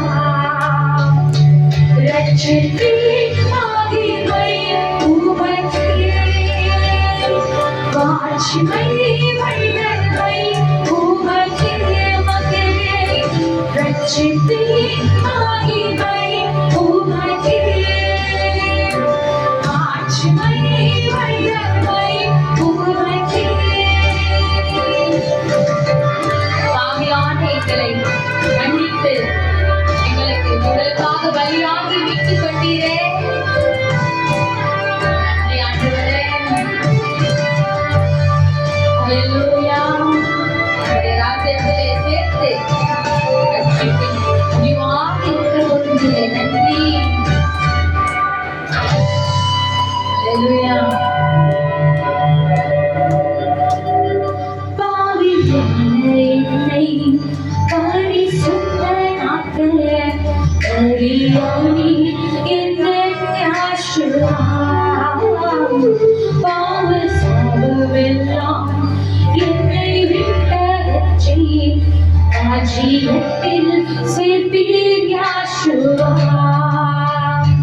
பாவியான என்னை பரிசுத்தனாக்கி பலியானி என்னை யாஷுவா பாவ சாபமெல்லாம் என்னை விட்டகற்றி ராஜ்யத்தில் சேர்ப்பீர் யாஷுவா ரட்சிப்பின் மகிமை உமக்கே வாட்சிமை வல்லமை உமக்கே ரட்சிப்பின் மகிமை உமக்கே வாட்சிமை வல்லமை உமக்கே ரட்சிப்பின் மகிமை உமக்கே வாட்சிமை வல்லமை உமக்கே ரட்சிப்பின் மகிமை உமக்கே வாட்சிமை வல்லமை உமக்கே. ஆண்டவரே, எங்கள் ரட்சிப்பின் மகிமையாக இருக்கிறவரே, ரட்சிக்கப்படுகிறவர்களை அனுதினம் உம்முடைய சபையிலே சேர்த்து கொண்டு வருகிறவரே, ரட்சிப்பை உம்முடைய வார்த்தைகளுக்கு பிரமாணங்களுக்கு கட்டளைகள் கீழ்ப்படியும் பொழுது அந்த ரட்சிப்பை தக்க வைத்துக் கொள்ளக்கூடியதான போக்கை வழிகாட்டுகிறவரே, நமக்கு நன்றி செலுத்துகிறோம். இதோ உங்களுடைய வார்த்தைகள் மூலம் எங்களோடு கூட பேசி நாங்கள் நடக்க வேண்டிய வழியில எங்களை நடத்துகிற தேவனாகிய யாவே நாம் மகிமைப்படுவதாக. எல்லாத்திலையும் நம்ம மகிமையாவற்றை மாத்திரமே செலுத்தி மீட்டத ரட்சகருமான எங்கள் யெகோவா மஷியாவின் நாமத்தினால் ஜெபிக்கிறோம் எங்கள் அன்பு நல்ல பிதாவே. ஆமென். ஆத்துமாவே யாவே தேவனை ஸ்தோத்திரி. யாவே தேவன் செய்த சகல உபகாரங்களை மறவாதே. ஆமென்.